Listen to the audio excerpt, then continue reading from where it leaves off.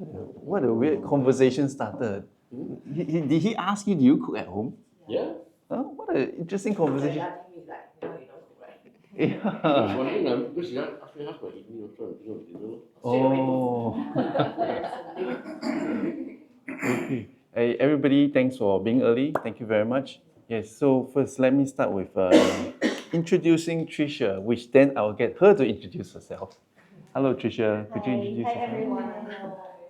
I was actually here. I attended the class sometime in March.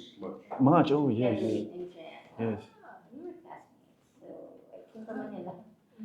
What I do is I do recruitment, talent acquisition for a bank in Manila.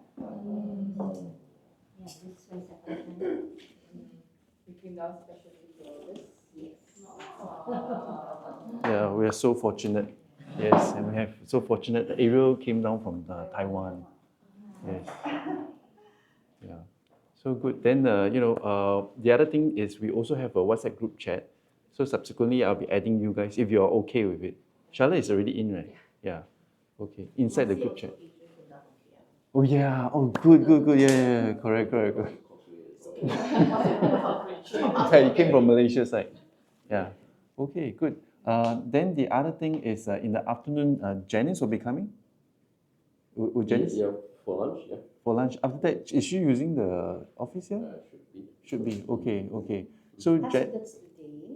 Today's Janice is coming over. Yeah. Janice, you met Janice too, right? Okay. So Janice is also another certified trainer. So since she's here, I'm going to get her to do some sharing also lah. So, and I think Janice has been using it for training and coaching. So good to hear from alternative view apart from just Jay's. Yeah. Then, anything for me for yesterday that we can touch on? Anything that you want to clarify? Anything that's puzzling? No? Cool? Slowly. Yes. Okay. Yes, morning brain, which is important. So Charlotte was asking me about how to use it how to access the back end, right? Okay. So I didn't include that part because it could be quite, what do you call that? Quite difficult to understand or master. So usually when you click login, you go to the back end. Today is taking a while.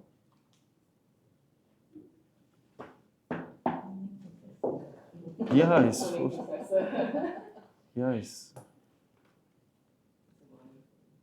the morning thing. Okay.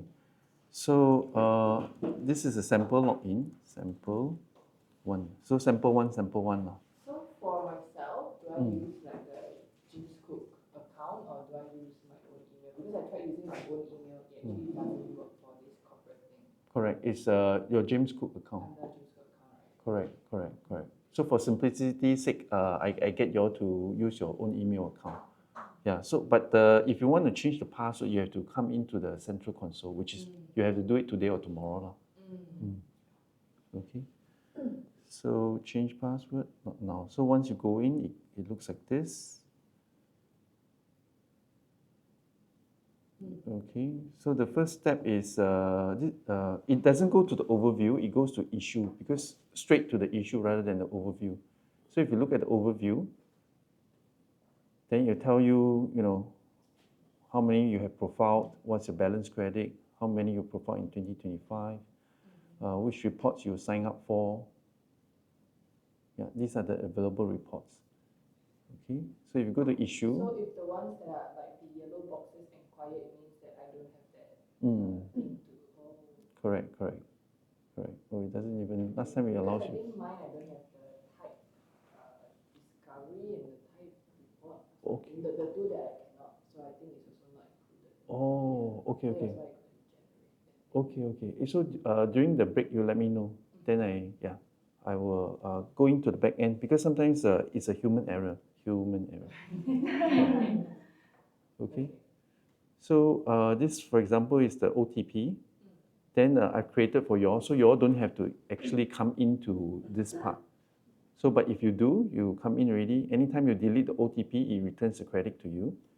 Then, for example, you want to create an OTP, then you just key in here, come here and click on create one-time password.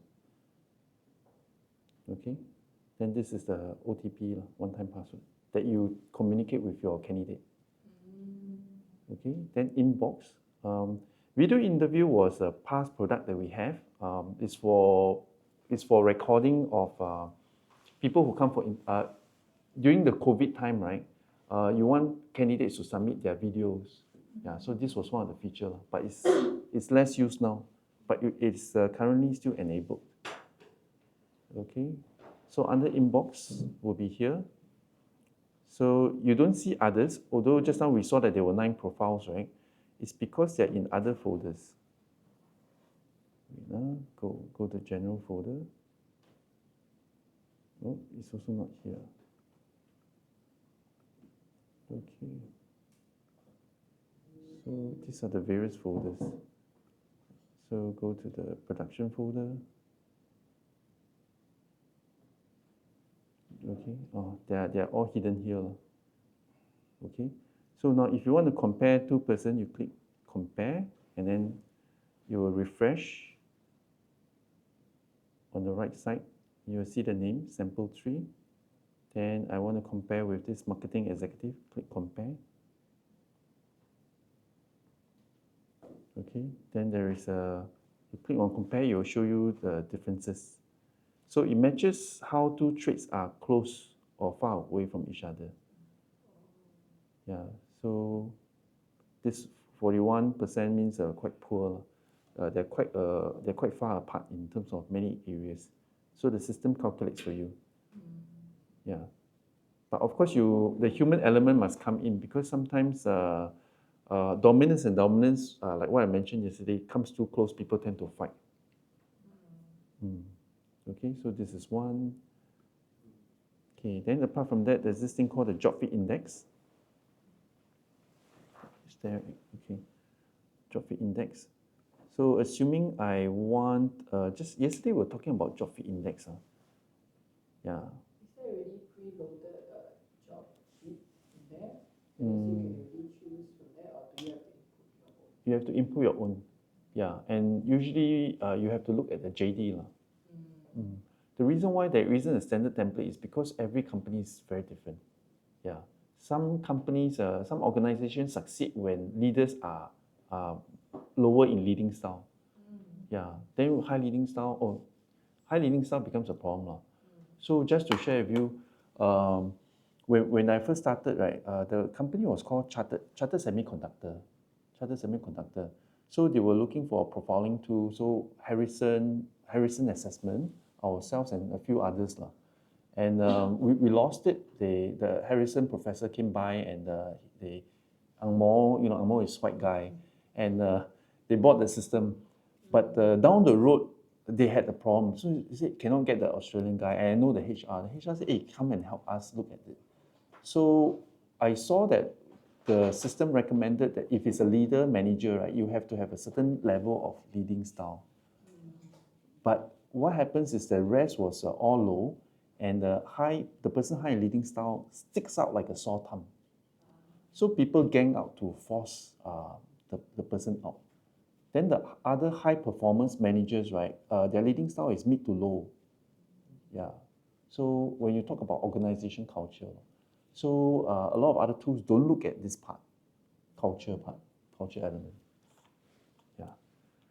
So okay, back to this one, job fit index. Once you load this one is very lengthy, so I'm just gonna, and there are lots of videos to show you how to do it. So I click on load just now, the accountant is in here already. Then these are the active ones. Okay, I go back and then I refresh. Okay, then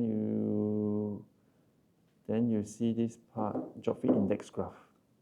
You click, and it compares the person, which is a sample manager, with the index. So just now the 2 index were effort and timeliness. So the green areas says we want people to fall within this line, but this guy does not. Okay, so points are deducted. But in terms of timeliness, he falls within this line, so points are given. So overall 50% fit. Okay, so like what Jesslyn from Cycle and Carriage was sharing, right? Sometimes 16 is very hard. So just focus on maybe 3 specific areas you want the person to hit. Yeah, then the rest you bring in your coaching part. Yeah. So then for career transition, right? Sometimes when they are moving into a new role, then you ask them to set the markers, then you input where they are, cannot or can. Cannot, then how to coach. Okay, questions? No, okay, no intention to bore you early in the morning. Yes. You mentioned about the matching percentage. Mm. So normally, I also see you have 3 level: poor, average, and excellent. Mm. So normally, how many percentage that's according to your experience that is can really has a good match and work together very well? Excellent. Excellent. Excellent. Okay, so if lower than 70, Yeah. actually that's not. Then you have to do a lot more coaching, intervention program. Yes. And also bearing in mind, yesterday I was sharing the TASK model. Do you remember? Yeah. The personality type is one thing, attitude is one thing, skill level and knowledge. Yeah. Then, this is where HR has work to do because you have to go in and identify accurately where is the problem, the root causes. Yeah, but the match, including like the people match, like your manager and staff match, and also the other is job match. So what you mentioned is about the job match must be the excellent, or the people match, like the manager and subordinates, their match also need to be excellent. Yes, yes. That is ideal. That is ideal. It's just like trying to marry a person. You don't try to look for a poor fit. And the problem with a lot of us, we look for, wow, opposite attracts, right? Yeah, we look for somebody who's totally different from us. But it takes a lot of grinding together. Yeah, 磨合. Yeah, sorry that I use Chinese. Yeah, we should keep the conversation to English. There's a lot of abrasion and if the company has time and money, yeah. But if no time, no money, then. Okay, so normally the excellent is 70%. So if the score is lower than 70% per your experience, because of a lot of the people use this system. So normally, what is the result? Maybe conflict. Yeah, yeah. For example, if the manager is high on time, the person is low in time, then they'll start to conflict. Why is this person late? Yeah. So the values clashes, and that's a problem. So during probation, which is the honeymoon period, people tend to put on a mask, but eventually they become their real self. It's just that when you're dating the guy, he's always there to pick you up. But after married, right, never on time. Yeah. So that creates, yeah. Okay, then this one, hey, Jeanette, you know Pam? You know Pamela, right? Oh, Sida. Okay. Yeah. So That's you in your jacket. yeah. Yeah. Took a video. So I got her to demonstrate how to become $1 million coach. But the audio was quite soft. So I'm going to demonstrate in person later, PNTCO. So in any case, you guys want to go coaching or sell solutions, then we will use this. Okay, good. So before I moved on, any questions? Don't have? sorry, one more question. Yes. If the people figure is quite high, like the 80% or 90%, once they are quite similar. So if we consider from the diversity or the like to have more different ideas, different thinking from this point of view, such kind of a team, everybody is the same. Yes. That's really good, or maybe not so good for do something different in the team. Yes. So what I always say is that if you have resources, which is time and money, you need to have you can have diversity. But if your boat is already sinking, yeah, you need people to work very quickly. Find the right people. Okay, so thanks for the feedback yesterday. I got some information from the feedback, and I need to then tell you a little bit of it. Wait. So the feedback was to do a demonstration of the what do you call it? Let me see. Before you start using these Of cards, the personality please have cards. your identity results on hand. Remember to only use results that fall within the acceptable range of Bro, yeah, thank you very much. Yeah, yeah. So sorry. So tomorrow, same thing. If you are, Identify selected cards that Yeah. represent your scores and arrange them according to the sequence in your report.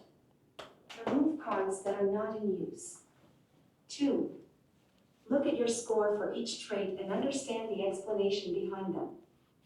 3. At the next level, you can connect your high and low cards using the bridge cards that say and or however. With different combinations, evaluate if they align with your behaviors.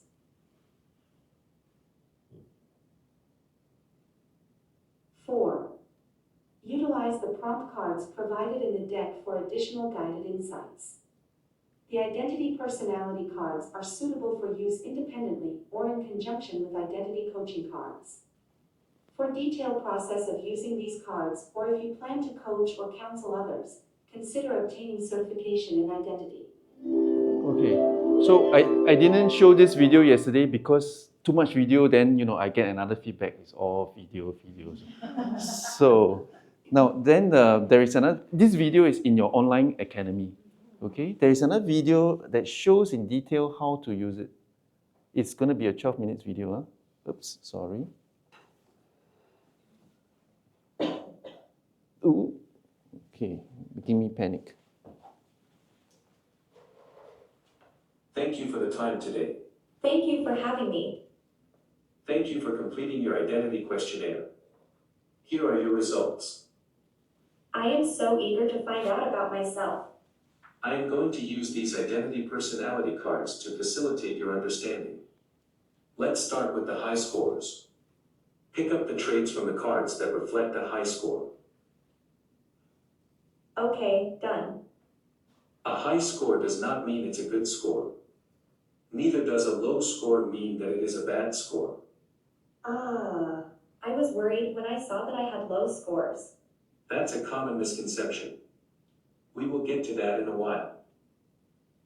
As you can see from your cards, you have the following: high thought, high exposition, high timeliness, high determination, high empathy, and high quality. Got it? Now flip the cards over and read out the description. The thought card reads, I enjoy engaging in intellectual conversations and delving into new ideas. Yes, that sounds like me. The next card, high exposition, reads, I can be expressive, eloquent, or sporty. Totally agree on the expressive part. It's something that I have developed since young. The high timeliness card says, I am punctual and want to complete work on time. Yes, I suffer from anxiety in this area. I can't sleep when there is a deadline round the corner. The high determination card says I can persist until my aim is achieved. That's right.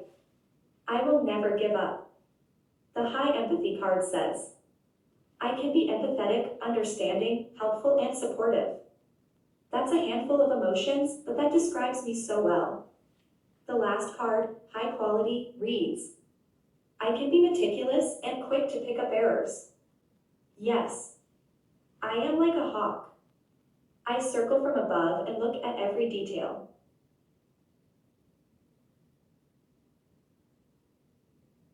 What do you think of these descriptions of yourself?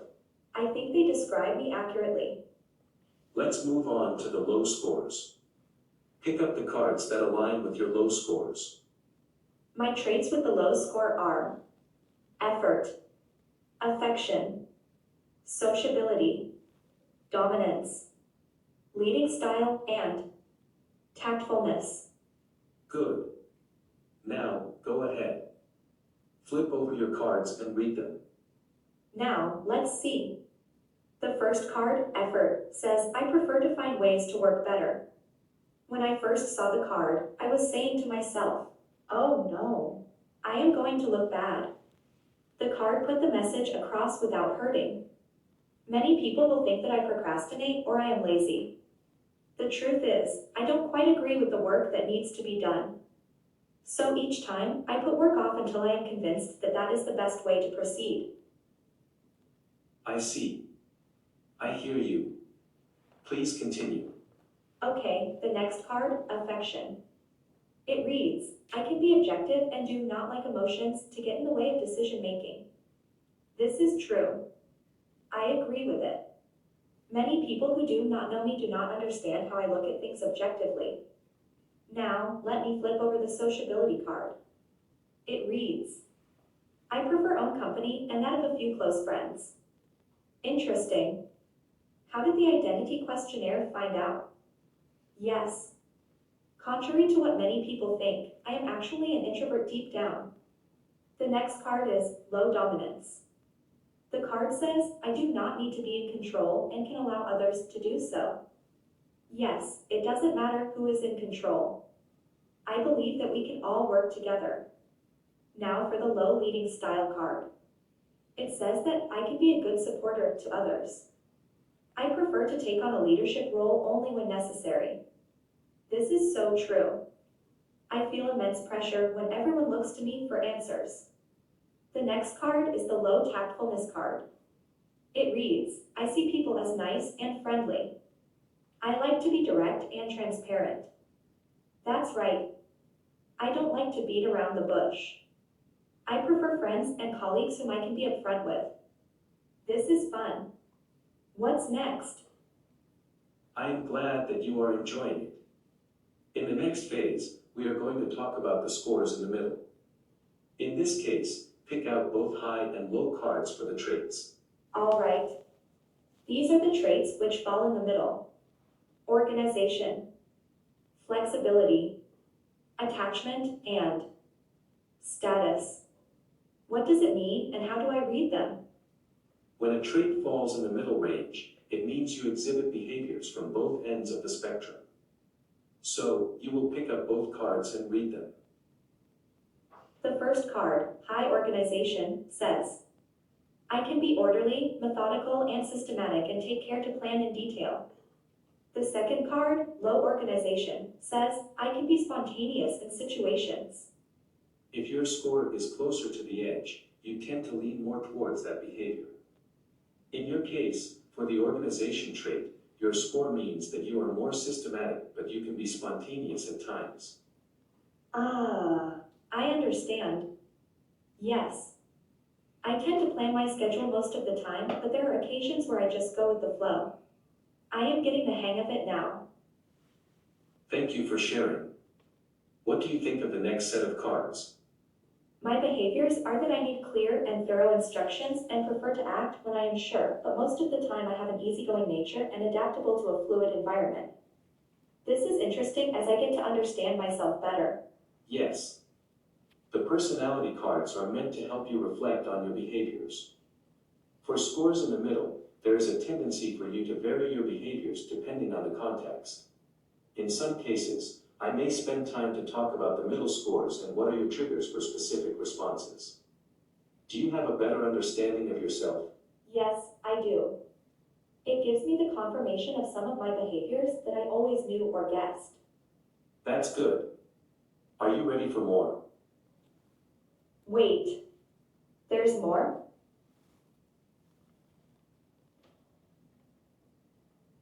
Yes.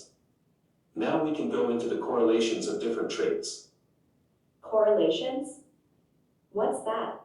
Correlations are when we take two traits and compare them together. Come. Let me show you. You can do correlations between the followings: a high score and a high score, a high score and a low score, and a low score and a low score. When you do correlations, be sure to make use of the and, however, cards that come with the deck. That's interesting. Let me try. Let me try to correlate the high thought and high organization cards. Using the and a card as a bridge, it reads, I enjoy engaging in intellectual conversations and I can be orderly, methodical, and systematic. Wow, that sounds just like me. Very good. You can also read it as, I take care to plan in detail and enjoy engaging in intellectual conversations. Nice. I like reading these correlations. It gives me an additional layer to understand myself. Can we try another set? Yes, how about correlating a high score and a low score? Good idea. Let me pick my high exposition and low affection card together. I wonder what it will say. I can be expressive and I can be objective. Insightful. That's exactly how I behave. Good. Now correlate a low score and a low score. Okay. Let me put my low effort card and my low sociability card together. Here it goes. It says, I prefer to find ways to work better, and I prefer my own company. While I understand what it says, I don't really know what it means. I can see that you are confused. How about swapping the cards around? Read the low sociability card, followed by the effort card. I can do that. Let me try. Here it goes. It says, I prefer my own company and I prefer to find ways to work better. Oh, that makes so much sense. Yes, I totally agree. I prefer to be in a single contributor role and specializing in a particular area. Wait, what do we do with the however card? I am glad you asked. Correlations lead to complementary or conflicting behaviors. What we have seen so far have been complementary behaviors. Let's try some other correlations and make sense of them using the however card. Start by picking any two cards. Okay, let me pick the high empathy card with the low tactfulness card. Let me read it out using the however bridge card. It says, I can be empathetic, understanding, helpful. However, I like to be direct and transparent. That doesn't make a lot of sense. Let me help you. Do you see the strengths and weaknesses at the bottom of the cards? Try to connect them using the however card. All right, let me give it a try. I can be empathetic, understanding, helpful. However, I am prone to manipulation. That's accurate. There have been numerous instances where people exploited my compassionate nature, only for me to later realize they were taking advantage of my kindness. Do you have a clearer insight to your behaviors now? Yes, I do. These cards are so interesting. Let's try another one. Try correlating your high exposition and low sociability card using, however, as your bridge card. Okay, it reads, I can be expressive, eloquent, or sporty. However, I prefer my own company. Wait, isn't that oxymoron? But it is accurate. I know that I can articulate well, but I take time to warm up to people. Many people think that I am a gifted speaker, but I struggle with speaking in front of strangers. Very good. I hope you find identity profiling and the personality cards intriguing. You can use all the bridging cards to delve into aspects of your personality that you might not be aware of. Additionally, there are 7 prompt cards that pose thought-provoking questions. A coaching session can last anywhere from an hour to several sessions over the course of a month, aiding you in reflecting on past experiences and discovering potential breakthroughs. Identity profiling with these personality cards are so amazing. This part is They sales can talk. really bring out Sales a talk. person's blind spots. I can't wait to do more. Okay. 3 flag checklist. That means check for red flags.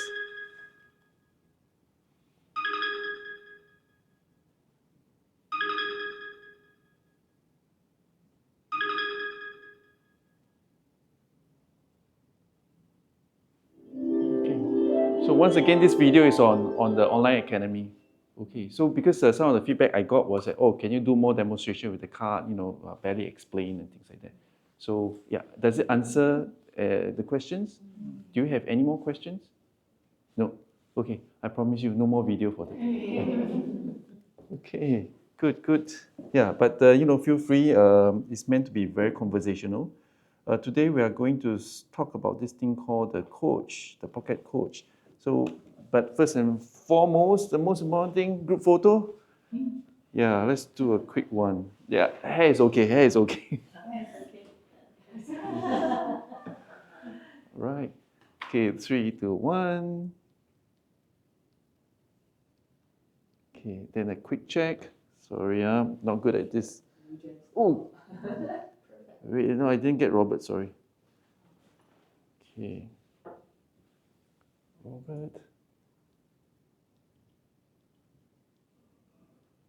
Okay, sorry, I need to improve my skill on this. Yeah, okay, good. Great. So once again, psychological safety, no ranks, agree to disagree, nothing is personal, be open to feedback. Whatever happens within this room stays in this room.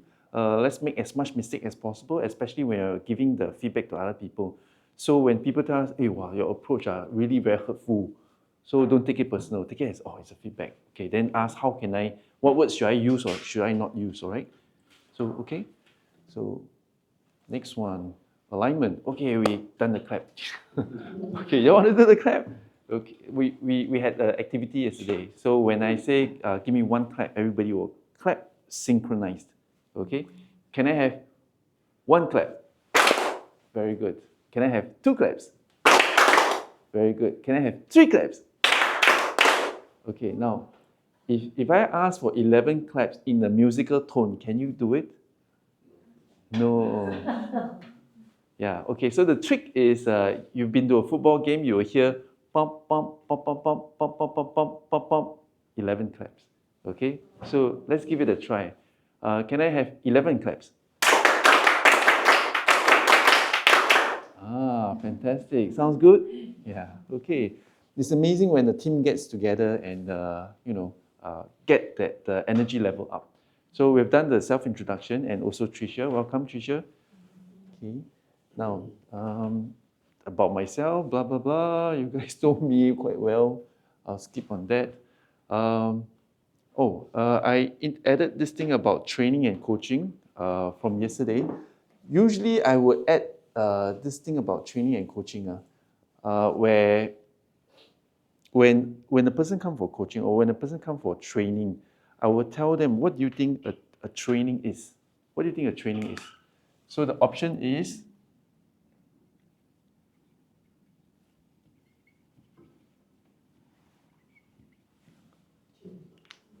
gym, right? So most people come to a training or coaching thinking that it's a massage. It's the trainer's job to make me feel good. I'm supposed to relax. Yeah. So then no matter how the trainer does, and if the mindset is wrong, right, cannot. So if you take it as a gym, the more you work, the better it becomes. It also applies to the person that you're coaching. Sometimes they come to you for coaching. It's your job to make me feel good. Then nothing is achieved. So it has to be a gym, all right? So today, overview, what we're going to do is a few things. First, we need to understand what's the personality of a coach, pain point of a coach. When you're trying to coach somebody in the office or outside, what's the pain point? How does the pocket coach help? And then understanding this deep model. Very 4 only. The rest is practical. Okay. So methodology or conversational, some group work, some presentation. If presenting, keep it short. Okay. Now, what do you think should be the personality of a coach? What do you think should be the personality of a coach? Now, using the identity traits again, so please take 1 and pass. Okay.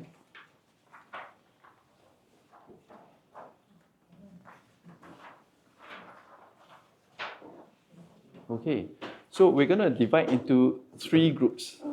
So left side is group 1, discuss. Right side, and then Jocelyn and Angela. So when you look at the personality of the coach, please map out into this graph. Okay, so discuss and then decide, where should the number be, for example.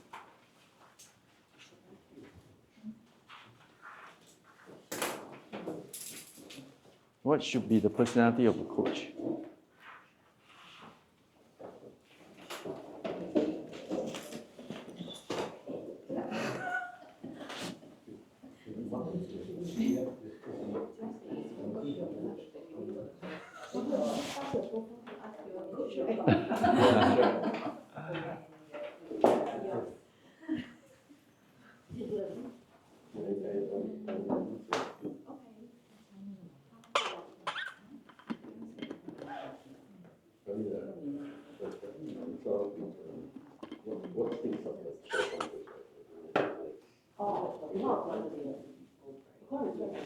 Sorry? Follow this one.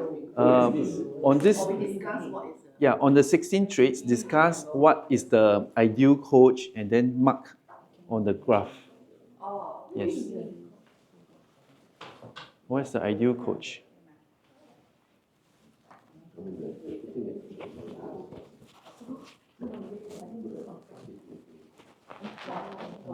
So where do you find that in the graph? Yeah, that's the thing.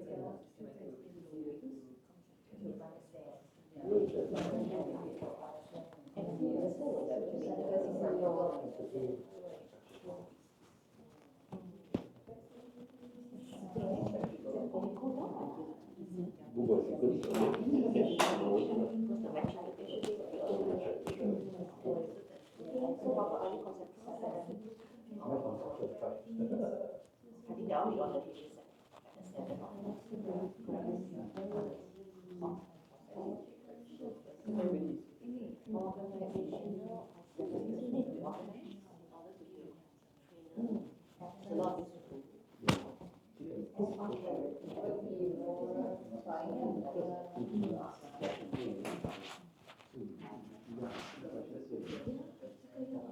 Oh, okay.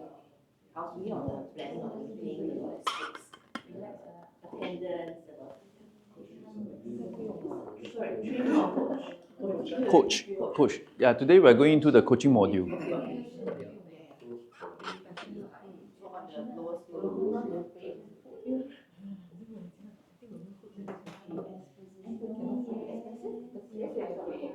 I would say Or with the, they're not too expensive.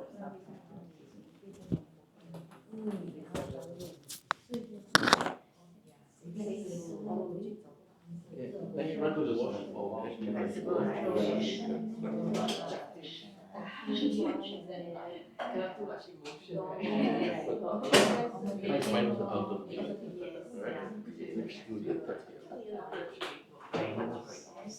Happiness. That's somewhat right. In the middle.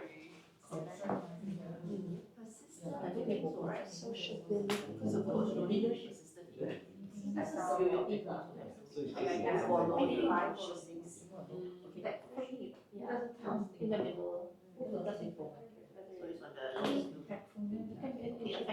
but Affection. Think should be affection.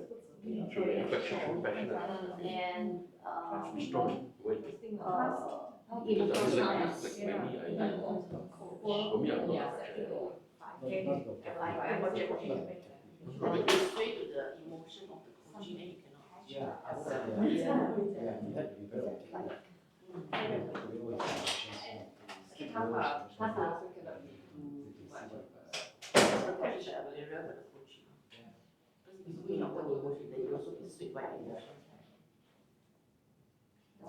But someone you understand the pain, right? Yeah, empathetic. So just let's just say a scenario, right? Scenario. I have two men friends. They would like to get involved with a lady. So it's very difficult. And then he said, me and my nieces is not working out. So for me, I would just say, it's not right. It's not right. You should just walk away. So my answer is, walk away. So my objective is, you should walk away. That's it. And I don't listen to anything. She understands me. Go back to the movies, all that. You must just walk away. So that's how I would approach it. Yes, we are. But is that correct? No, that you find that you lack the empathy. Yeah, I find that I like the empathy. That's empathy, but Okay, so it's not passionate, is it? Right. So, right. And you agree with him that it's suffering and then you make the outlet. Correct. So that's yeah, objective. Not empathy.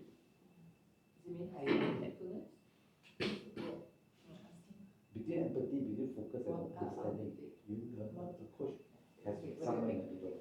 Yeah. Yeah, sometimes you have to drive, sometimes you I have to just feel maybe needed to translate that. Yeah, agree. Okay, both points. But you also have to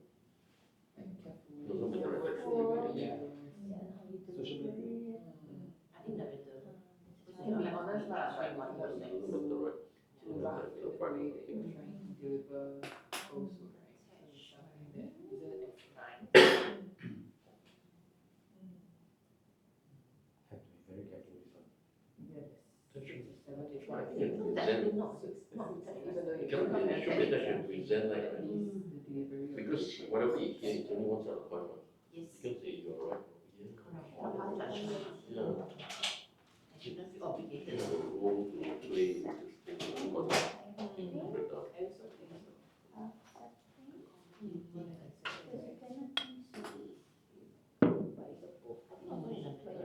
They can drive the conversation. It's like everybody Not everything listen to the coach and be swayed by the. so I think it should be That's balanced. Yeah, have fun. Skill setters in coaching. Yeah.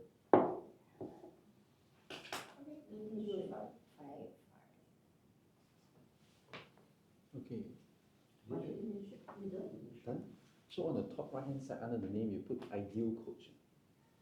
Ideal coach. What is it? Leadership, what's the possibility, one of the possibility? I think it's probably high on the net. Cannot be too fast. Okay, so Quality, I think middle.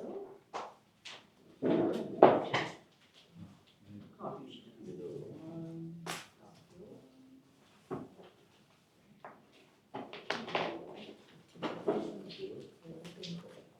Okay, your side done? Yes. Okay, so on the piece of paper you put ideal coach. Ideal coach,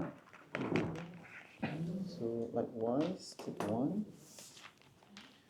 And what you do right now is remember what we did for the comparison reports yesterday? So you use a permanent marker, you outline those, the graph of the ideal coach.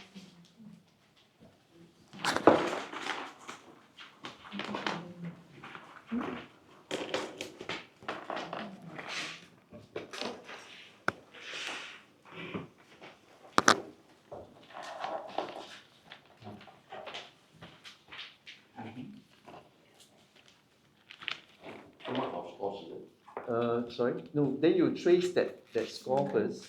Trace the score first.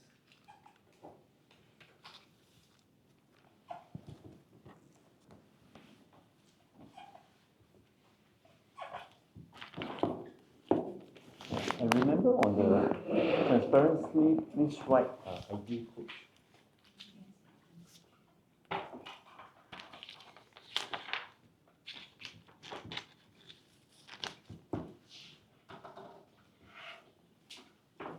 Okay, yeah. Once you're done, you take your own profile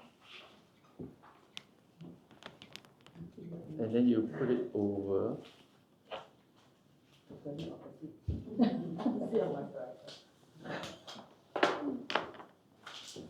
Yeah, so once you're done, you take your own profile, you put it inside. You bring your own profile? Okay.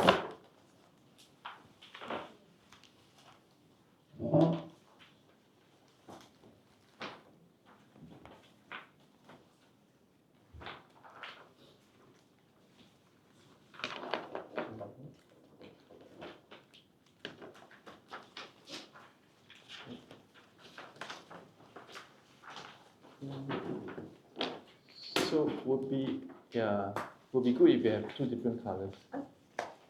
Yeah, but it's okay. It's okay. So yeah, then you look at whether there are certain areas you match the ideal coach, or some areas that if don't have, then Tomorrow no need to come. no. If don't have, that means there are some gaps. So if I'm coaching, I need to mask or modify myself in those areas.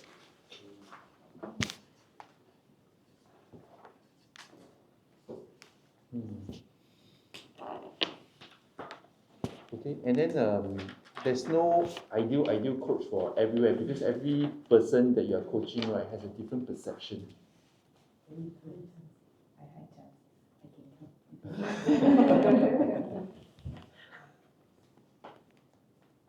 Okay, make sense? Yeah. Okay, good.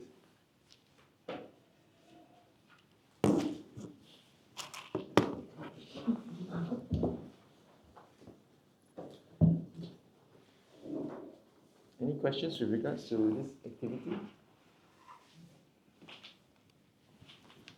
Yes, no? Cannot make it. Which part cannot make it? So we discuss, yeah, we discuss the alternative career for you. Yeah, which area is lacking or there's a gap? So I mean, we are taught that you need to be high in thought, as opposed to me being low. The other one is also we should be high in exposition being an IT coach. I'm low. And then also we should be low on effort. We should find alternative thought person.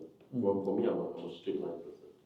So my tactfulness is also very low. So I see this way, and this is the only thing I know how to talk about. One way. But then sometimes coaching, I think we need to be flexible, find alternatives, Yes. and then also to be able to introduce alternatives. I think one needs to be tactful as well. Say you're wrong, you're right, no, that's not right. Correct. So cannot make it. So the purpose of this exercise is realization. Then we try to come up with a solution for it. Yeah. Any others? Any other insights that you get? Charlotte?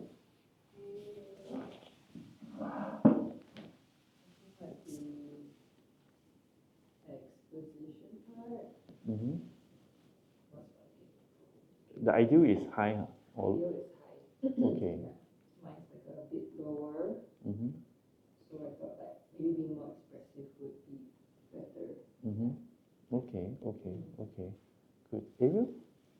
I think it is obviously also the same with Charlotte as the exposition, this part is really still is the gap. For the rest, I think it's quite close, quite close. Maybe just one small difference, but most of them are the shape quite close. Okay. So there's still chance. Okay. Tricia? Basically the same with that. Okay. Almost the same. I mean, almost come to the idea of traits of a coach, except for being expressive. So I'm on the, I'm on the reserved side, but the ideal coach should be able to articulate and be expressive in coaching. Yeah, and all others, I'm good. Okay, good. Robert? The perfect one. Coach.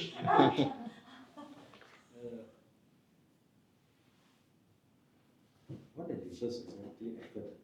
Effort. I'm high in effort, but actually, when we're talking about it, actually, as a coach, you need not have actually very high effort. You should be literally allowing the other person to be expressing it. Okay, good. Yeah, the other person should be the one going to the gym, right? Yeah, you should be going to the gym. Okay, good. Other than that,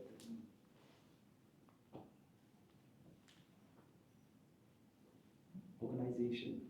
Okay. I'm a very systematic person, but then if I take a look at it, the coach should be more spontaneous. Oh, okay. The other side have a different perception of coach, right? Coach should be more systematic, right? I agree with you. Okay. Yeah, because I think the experience is when you actually become very systematic, like you tend to tell the coachee what to do. Yeah, because it's a different hat that we are putting on. I think the self-assessment, we are putting ourselves the role that we are currently performing. But when you come to be a coach, right, sometimes we want to coach our employees like, why is it so difficult that you can, where I'm coming from? It's like, you just want to tell them, just do like that. So it's, it's like, I think that's the part which we are struggling with. Change to a different hat when you are a coach. We want them to realize, instead of we tell them what to do. But then that's where the flexibility comes from, right? Be systematic, then at the same time flexible, so that. Actually, a proper coaching, I think, is to go according to the flow. Yeah, correct. Yeah. You cannot be like, after first question, I must ask second question. So it's trying to probe further. Yeah, so it's going to the flow, according to the flow. Yeah. Okay, good. Jeanette? I think generally in the right direction. Mm. But again, the definition of coach differs from team to team and people to people. So, Mm. and I also don't think a boss can be a very effective coach. Mm. There's conflict of interest. Mm. Because you cannot be coaching today and then tomorrow you pressure the person for numbers. Mm. So I think that head has to be very well managed, or even like separated. Mm. Okay, good. Angela? Do you have an ideal one for us to see? No. Because it's like different answer. Correct. Yeah. So that's why different people that you meet, they have different expectations. So the other exercise is if you take and then map over their expectation, then maybe you actually become an excellent coach. Yeah. Right? So I think the key thing of this exercise is mindfulness. Mindful of what the other person is expecting as a coach. Okay, Justin? I think it also depends on the profile of the coachee that we are dealing with. Mm. Sometimes you want to help them, but it's just that probably they really need help. Mm. That's why sometimes we will just come in and give them some options and based on what we observe and all that. So that's why I feel it's no right, no wrong. It depends on the coachee that we are dealing with. Yes. So in the past, what we do for the simple exercise, right, is taking your profile as a coach and then the person whom you are coaching and overlap. And subconsciously, what people do, not talking about wearing the coach hat, even you're wearing a coach hat, subconsciously you're imposing your values on the other person. So that leads to conflict. So, Just to share also, right? Recently I had an interview. So I actually conduct this. You interviewed? I conduct. Oh, you can. I interviewed someone Okay. who actually applied as a HR. Okay. So when I ask the questions, right, I mean, I'm just asking, how much you know about HR and all that.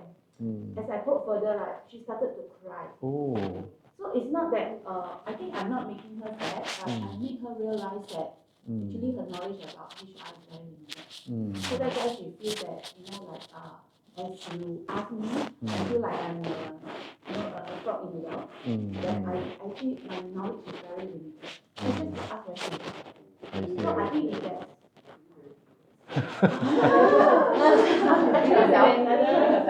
Actually, with another colleague of mine. So she cried, I let her cry. Because that's where I think as a HR practitioner, now I feel that I have to help the individual to realize what is missing from your so-called profession. Yeah, so I thought certain powerful questions that at that time when you ask, it really helps that individual. Good. So that's my sharing. She at the end she withdrew. She said that she realized she cannot make. Not ready yet. I think you taught her a life lesson. Yeah, so I said, knowing what you don't know, then I think it's time for you to invest time to look into, like investing to know more, to learn more, because everything is online. Yeah. True. Okay, very good. Yes.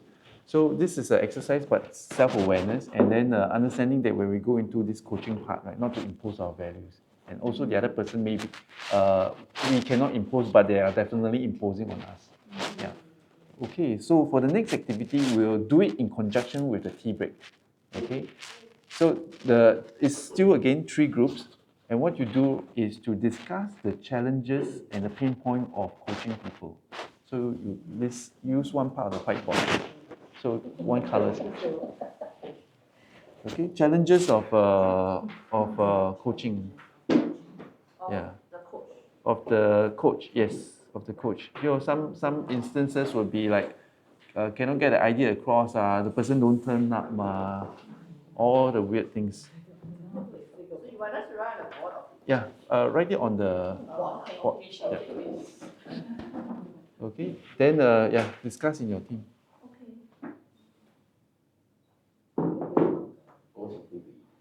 Yeah.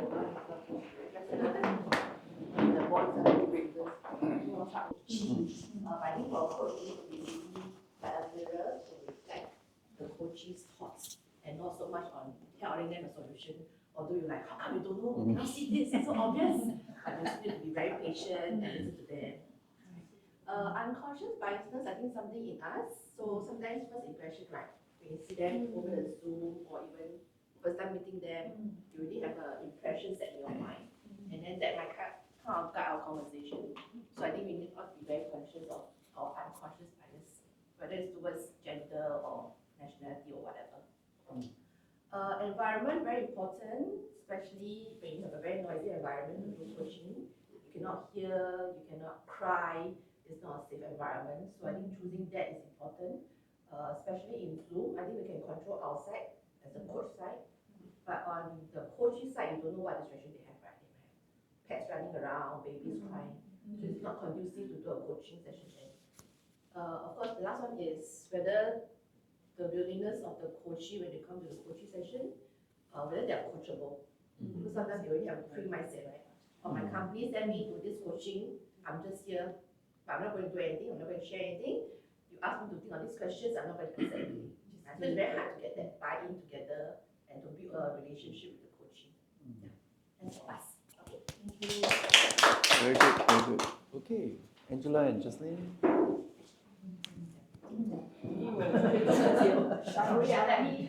Wow.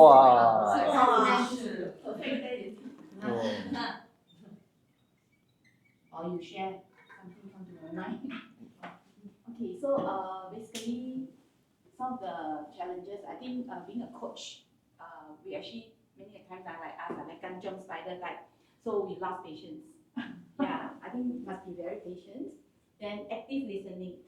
So you know, you're it's not just listen, but you have to be present to listen to them.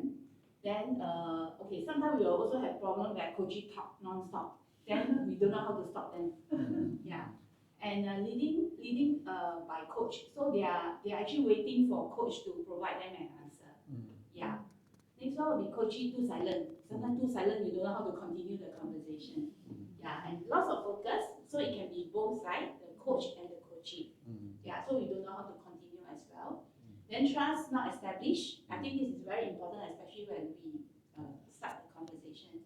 So the trust needs to be built so that they'll be open to share. Reliance on coach for an answer, so which is quite similar. Okay. Then coach leading questions. So sometimes when we ask questions, it's a yes or no. But I think that should not be from the coach. It's like asking open questions so that they can actually share more. Next is to pass judgment. So which is what we biasness comes in. Yeah. You know, sometimes when they share something, we start to say, must be you. Okay, very good. Let's give her a round of applause. Yeah. Thank you. Okay, good. Very exciting, very interesting as well, and very realistic. These are all the challenges that we all face. So right now, can I ask for a demonstration? Wait, before, how many of you went through ICF coaching? ICF coaching. Yeah. I just attended. You just I'm not attended. Okay. I also attended, but I didn't go for that. Assessment. Because I don't have number one. Oh, patient. Okay. No worries. Yeah. Okay. I go there, I realize. Robert also. Finish already? Certified ACC, PCC or something like that.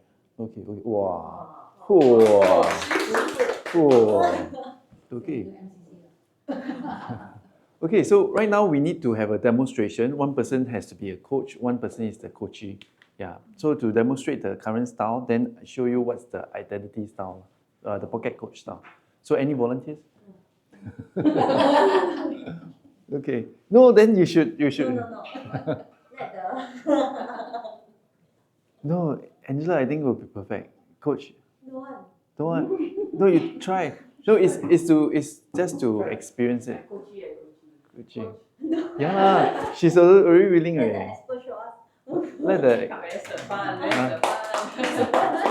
No, huh? No lah. Yeah. Jocelyn. No, we learn from the certified coach. This is last of IG. Yes. No, we are open to learn. Yeah. How? Yeah. You want to give it a try? Okay, what topics are you? Okay, so again, we talk about psychological safety. We talk about some problems you can bring up, and then see how it can be resolved, lah. But then it doesn't go beyond this room. Doesn't go beyond all of us. So, Coachy, you have anything? Robert is thinking about what to eat for Okay, that could be a topic. Okay, okay, okay. Eat for lunch. Yeah, Maybe coach that. yeah, yeah. Or a topic or something. Maybe to drop a topic. Yeah. She's coming to you for coaching. She doesn't know what to eat for lunch. No, it's serious. Yeah, yeah. When I go for coaching, they use this as Some an is a Yeah. problem. Oh, really? Mm. Yeah, hi, Charlotte. Thank you for coming for this coaching session. Tell me, what's for breakfast in the morning you had? The breakfast was easy because it was already catered for. You don't really have to think about it. But you know, for lunch, you have to step aside. There's a lot of people, a lot of queue, and very limited time. So that's really an issue. So I hear you said you had limited time, a lot of people, and were there a lot of choices available? There's a lot of choices, a lot of options. I see. It's a big mall. And interestingly, then with so much choices and with so much food available and so many people running around, if you have a preference, is that something that you have preferred to eat for lunch? Prefer to eat. Not necessary. I think the priority would be the queue. I don't really like the queue. So yeah. So if you'll be looking at food that are That has easily the accessible, least queue. the shortest queue, Mm. is that a personal preference or is this, if you really have another choice, would you have chosen something else rather than just worry about the queue itself? Definitely. So if there's a choice, I would definitely go for other options than be just concerned about the queue.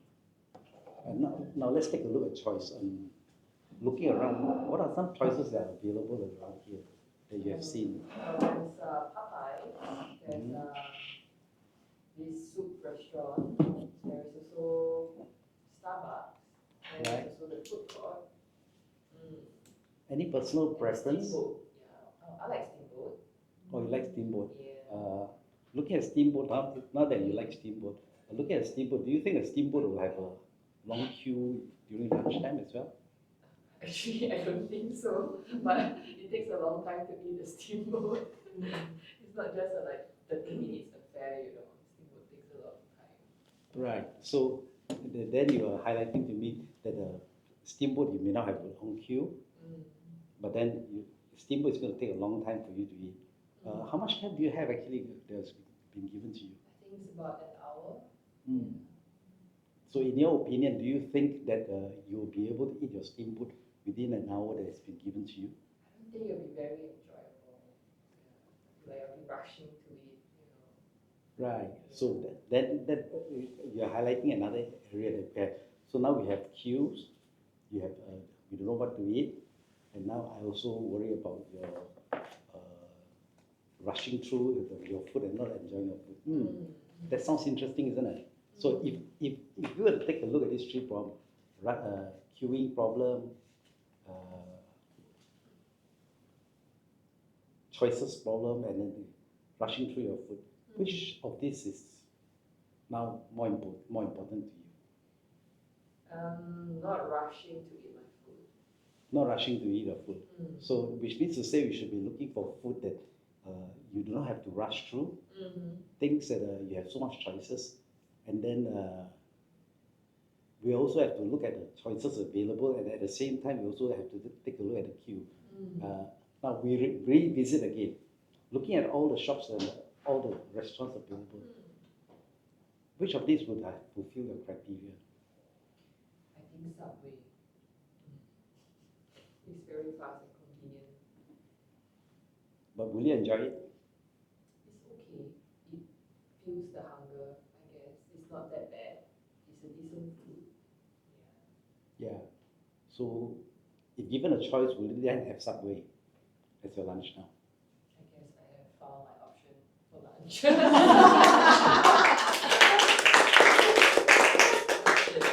Okay, good. Yeah. Thanks. Feedback? Anything? Yeah, so what I liked about this was that he managed to invite the coachee to talk through Sound out. what he's facing. Yeah. So that I like. That one I like was that his active listening. He was able to summarize, what are her challenges, and then to give her options. So I thought that was very good. Her option is not my option. What she mentioned, and so you just summarize the bullet points. So that was good. Okay, very good, very I good. think the revisiting of the points also, then you do the elimination method, then you ask me again, like, so what do you think now? So instead of like him just providing me with the answer, it is like more of like I'm thinking on my own and then finding my own answers.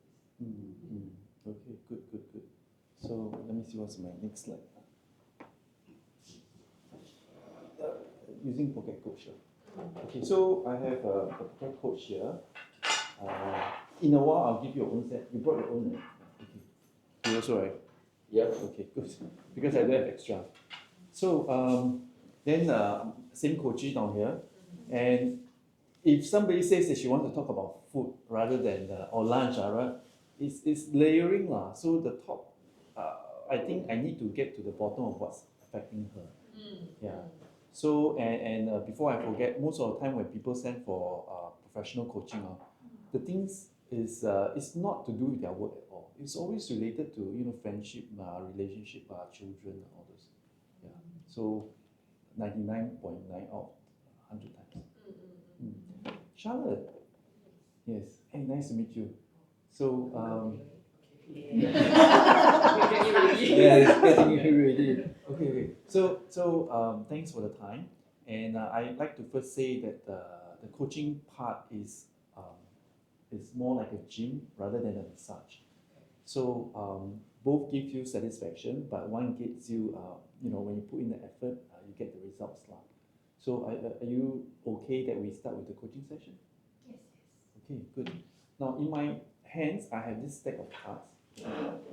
And they are separated into 4 categories. The first category is called download. Second category is called explain. Third one is called explore. And then fourth one is called progress. So when you're ready, please pick the first download card. Yeah. And flip it over. It's all download. Yeah, it's all download. So the first one, it goes in sequence. Yeah. Describe my challenge. Mm-hmm. Oh, I'm going back to the lunch thing. So the lunch options and the queue. So that's my challenge. Okay. Is that what you want to talk about today? Yes. Okay. I believe. Yes. Yes. Okay. You use the word you believe. So are there any other things that's bothering you? No. I need to think about it. No. There's Okay. no. Okay. Good. The next card when you're ready. Okay. What's not working and what would I like to change? What's not working? The crowd and the queue is not working. I can't change the crowd and the queue. I believe. So what would I like to change?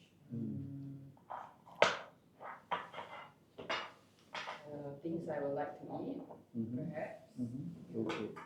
Would changing your office location or your job help? I don't think so. I can't tell my boss to change the location. I think that would not be a practical choice. Okay. So Okay. Does changing your job help? that's a bit too big of a risk to change, or too big a factor to change just because of the lunch. Okay. I Okay. think, yeah. Okay. So do you think your job is affecting your lunch? Yeah, it gives me money to pay for my lunch. Okay. So does that bother you, being dependent on the job? Definitely. Okay. Good. Yes. Would you say that it's the job, you're more affected of the job than the lunch?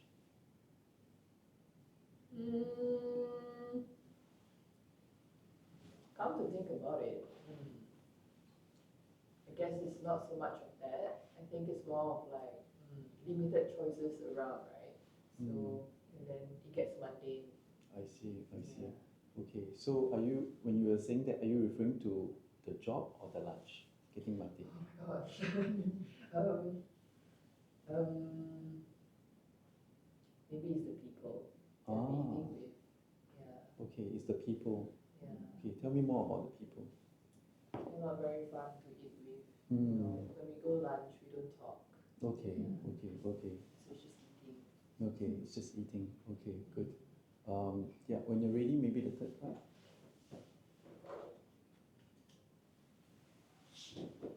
The question? How is the problem stopping me from what I want to achieving what I want? Mm. I guess the objective for me is to have a happy lunch, Mm-hmm. right? What is the problem how is the problem stopping me? Mm-hmm.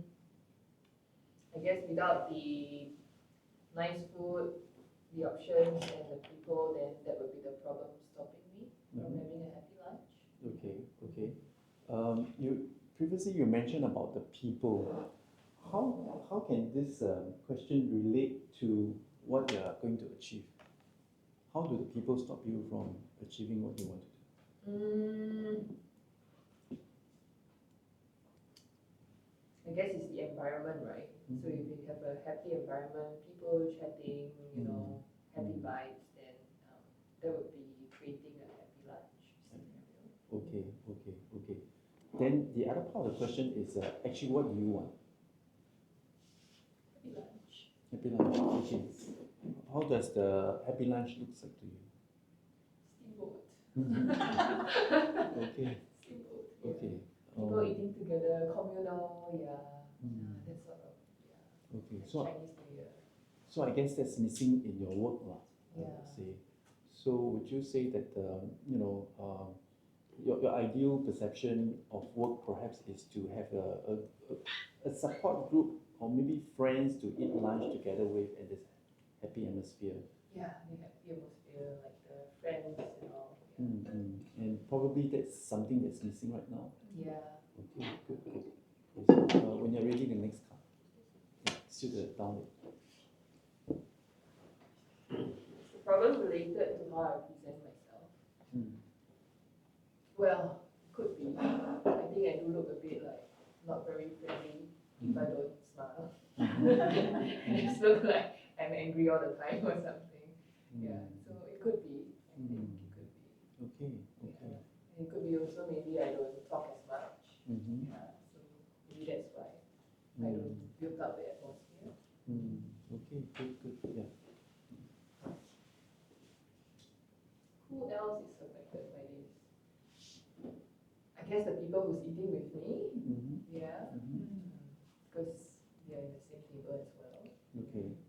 So what are they saying? They are not talking much. They're not talking much. I think that's the problem. Yeah. Okay. They're also not talking much, lah. Correct. Okay. So do you think that they are affecting you or you're affecting them? I think we are all affecting each other. Okay. But why are we still eating lunch together? So does that link up to your unhappiness? Yeah. I guess because everybody's unhappy but eating together, right? Because we have to. Okay, good. Yeah, the next one. What is my pain level in this scenario? I don't feel much pain. I think it's okay, but maybe like a 3 or 4. Okay, so it is a discomfort now. Yeah. Okay. How long have you had this discomfort? I would say like maybe for a year. Okay. And before that, it was okay? I was eating with a different group of people. Okay. So yeah, it was a different scenario. Okay. So what changed? The department. The department changed. Did you go to another department? Yeah. Oh, okay. So eating lunch is a different thing now. Okay. So before you transfer to the department, right? What was your comfort or pain level, 1 to 10? Oh, it was a 0. It was a very 0. comfortable. It was very comfortable. Okay. So with now this new department is a 3, no? 3 or 4. 3 or 4. Okay. So what would make it a 4 or 5? What would make it worse? The taste of the food. Yeah. Okay. If it's bad, then there's no enjoyment. Okay. So even if you had the good company or people. The taste of the food was linked to the company or people, right? Basically, the food choices didn't change, right? Oh, yeah, yeah, the food choices will change. Didn't If we're change. talking about the same location, then yeah. Correct. So what was changed was the people changed the taste in your food. The enjoyment of the food. Ah, the like enjoyment of- communal part, yeah. Okay, good. So what would make it worse from a 4 to a 5? What would make it worse? I guess people start quarreling, I Mm-hmm. think. Mm-hmm. Like not talking is worse enough, I think start quarreling maybe it's worse. Okay. Yeah. Okay. More So conflict. I guess, more yeah. conflict. Okay. So do you think that that's going to happen soon? I don't think so. There's not much talking, so I don't think there'll be any conflict from that. Okay. Mm. So how do you reduce from a 3 or 4 to 2 or 1? How do you reduce that? I'm thinking maybe I should just bring my own food to work. Mm-hmm. Mm-hmm. Yeah. Okay. Then, find my own people to eat with.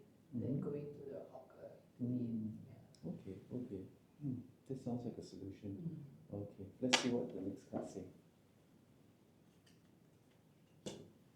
What words would I use to describe how I'm feeling?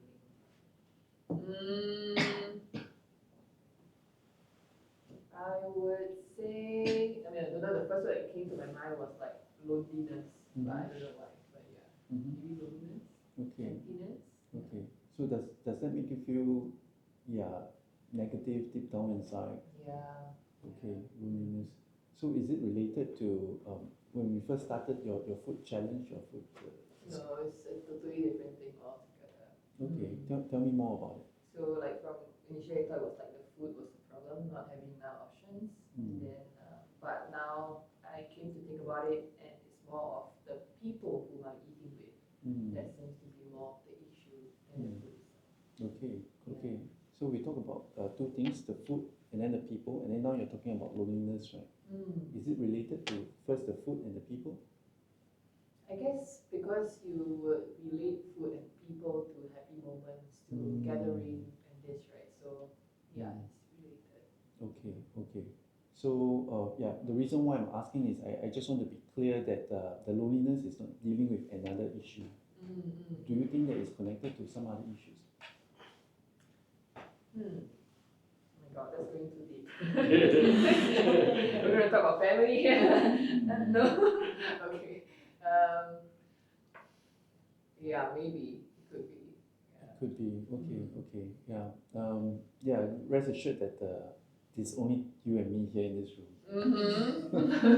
See what Xiao Ming's. Okay. Yeah. So I mean, if you are comfortable, then we can talk about that part. Okay. Okay. So anytime you would want to, when you're ready, the next card. What actions have I taken with regards to this issue?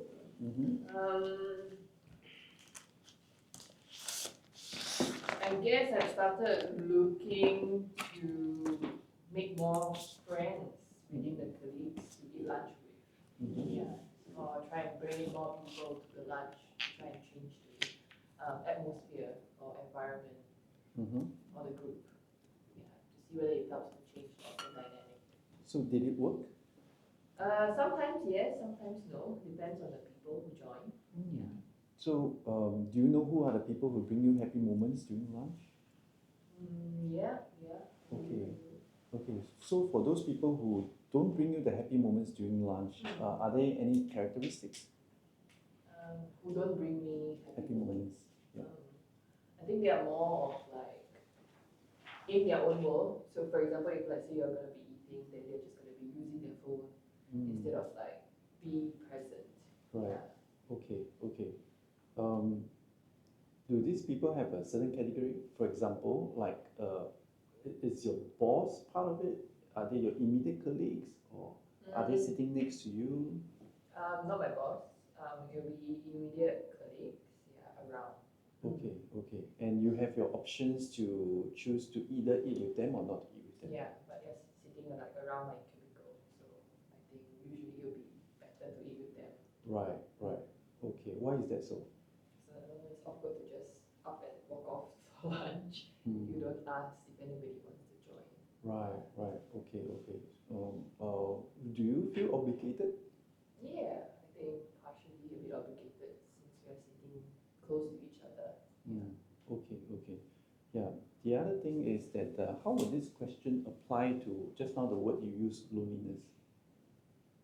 Loneliness, how would they apply?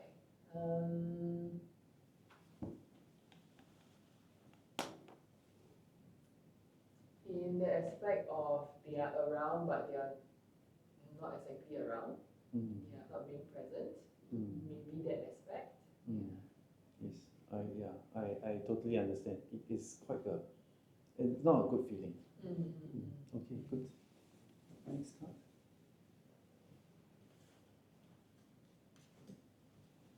What's preventing me from solving the problem?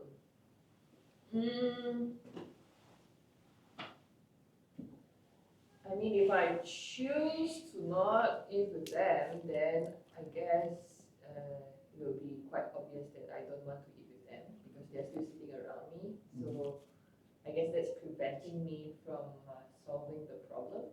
Okay, so is it more you or them? I think it's my own thoughts, my own overthinking. Okay. Yeah, they might not think that way. They might be like, yeah, if you want to eat together, that's fine, but maybe it's just me overthinking. Okay. Afraid of being judged, maybe. Okay. So is there a reason why you feel that way? Why a reason I feel that way? Maybe too conscious about what others think. Or maybe I overheard them saying something about someone who doesn't want to eat with them before. Right. So I would think that maybe that applies to me as well. Okay. Does that make you feel obligated? Because I want to avoid being bad-mouthed. So why is that important to you? Guess the image that you have at work is important. Okay. What image do you want to uphold?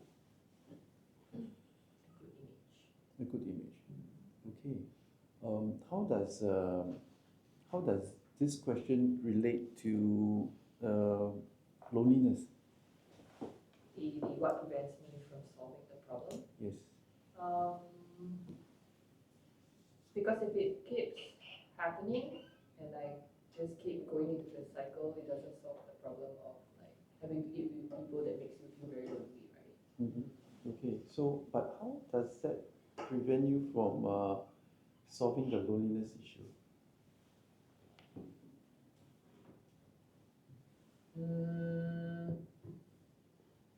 Because it's the same cycle. So then things keep happening and then I keep doing the same. So that's why it doesn't solve the issue. But what is preventing you from solving it? Fear of judgment. Okay, fear of judgment. Okay. Why do you have this fear? Why do I have this fear? Maybe it's my self-esteem. Okay, okay, okay. Yeah, understand. Okay. The next card, please. Start crying. How do my loved ones support? Yeah. How do my loved ones support me? They don't. Okay, okay. We don't eat together. Okay. I thought there's no one around. How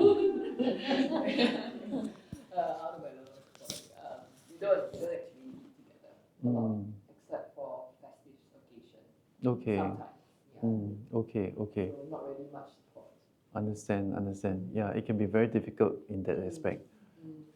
Just to ask a question, do you then look forward to having nice people to eat lunch with because of this absence? Yeah, I do. Okay. Because I mean that's where we spend most of our time in the day at work. Correct. Okay, good. Yeah, when you're ready. What is my current state? Okay, I have shock and denial, pain and guilt, anger and bargaining, depression, the upward turn, reconstruction and working through, and the last one would be acceptance and hope. I think I'll be at acceptance and hope Okay. Mm. Okay. So you are in acceptance that lunch will taste bad, that Lunch will taste lonely. Yeah. lunch will taste lonely. You don't have the people to give you that positive feeling. Mm. But Hopeful, maybe by doing a little bit of changes here and there, it would start to change. okay. Any chance that you are in denial?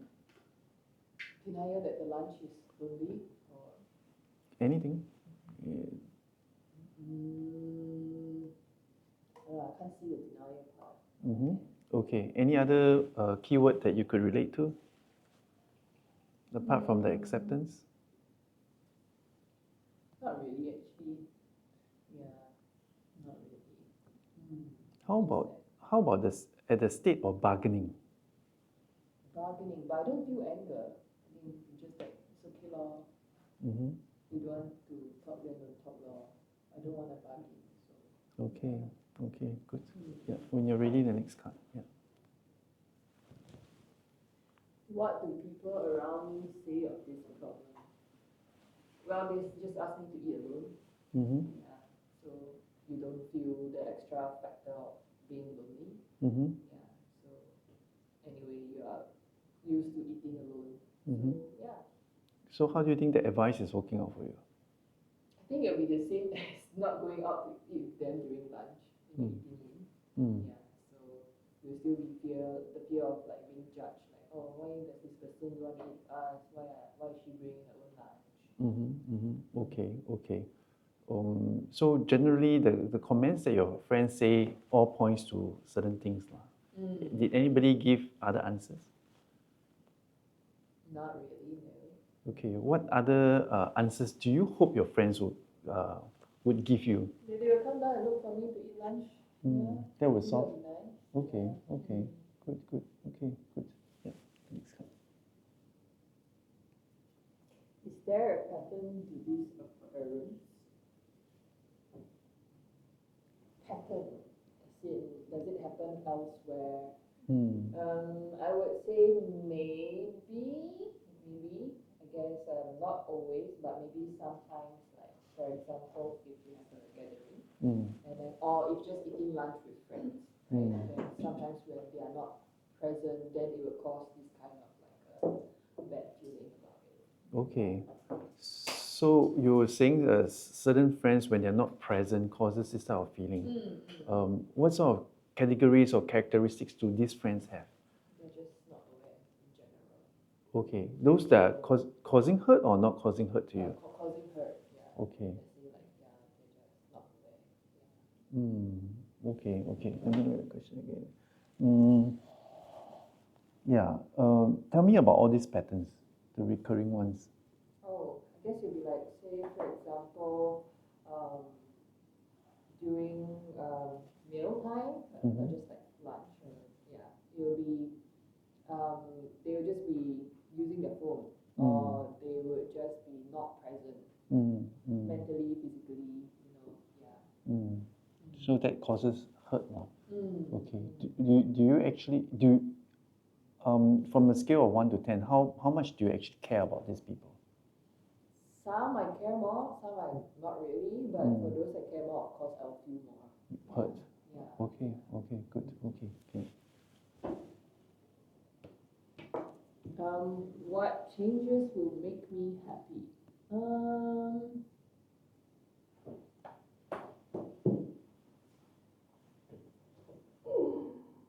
think finding the right people to eat lunch with and being less concerned about what people think.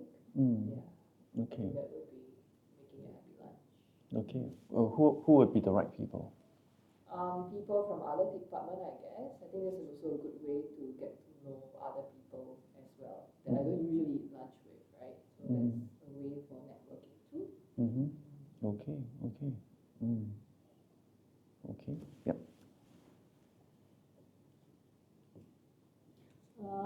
If I can go back in time, what would I change?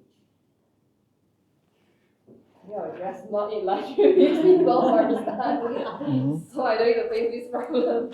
No start, don't need to worry about it. just don't eat with them, right? Yeah. Okay, okay. Yep. And then the last card, yeah. And then the last card would be, is there anything else bothering me? I don't know, I feel better talking about it now. I don't think there's anything else that's bothering me. Okay, okay, good. If I can summarize what we have just discussed, first it started with people, then I picked up, first we started with food, then I picked up that this is people, and then the third one that I picked up was loneliness, and it has to do with the family. And the fourth one that I picked up was it's a specific people causing you some hurt. Yeah, and probably triggered some loneliness that you have encountered before through the hurt words.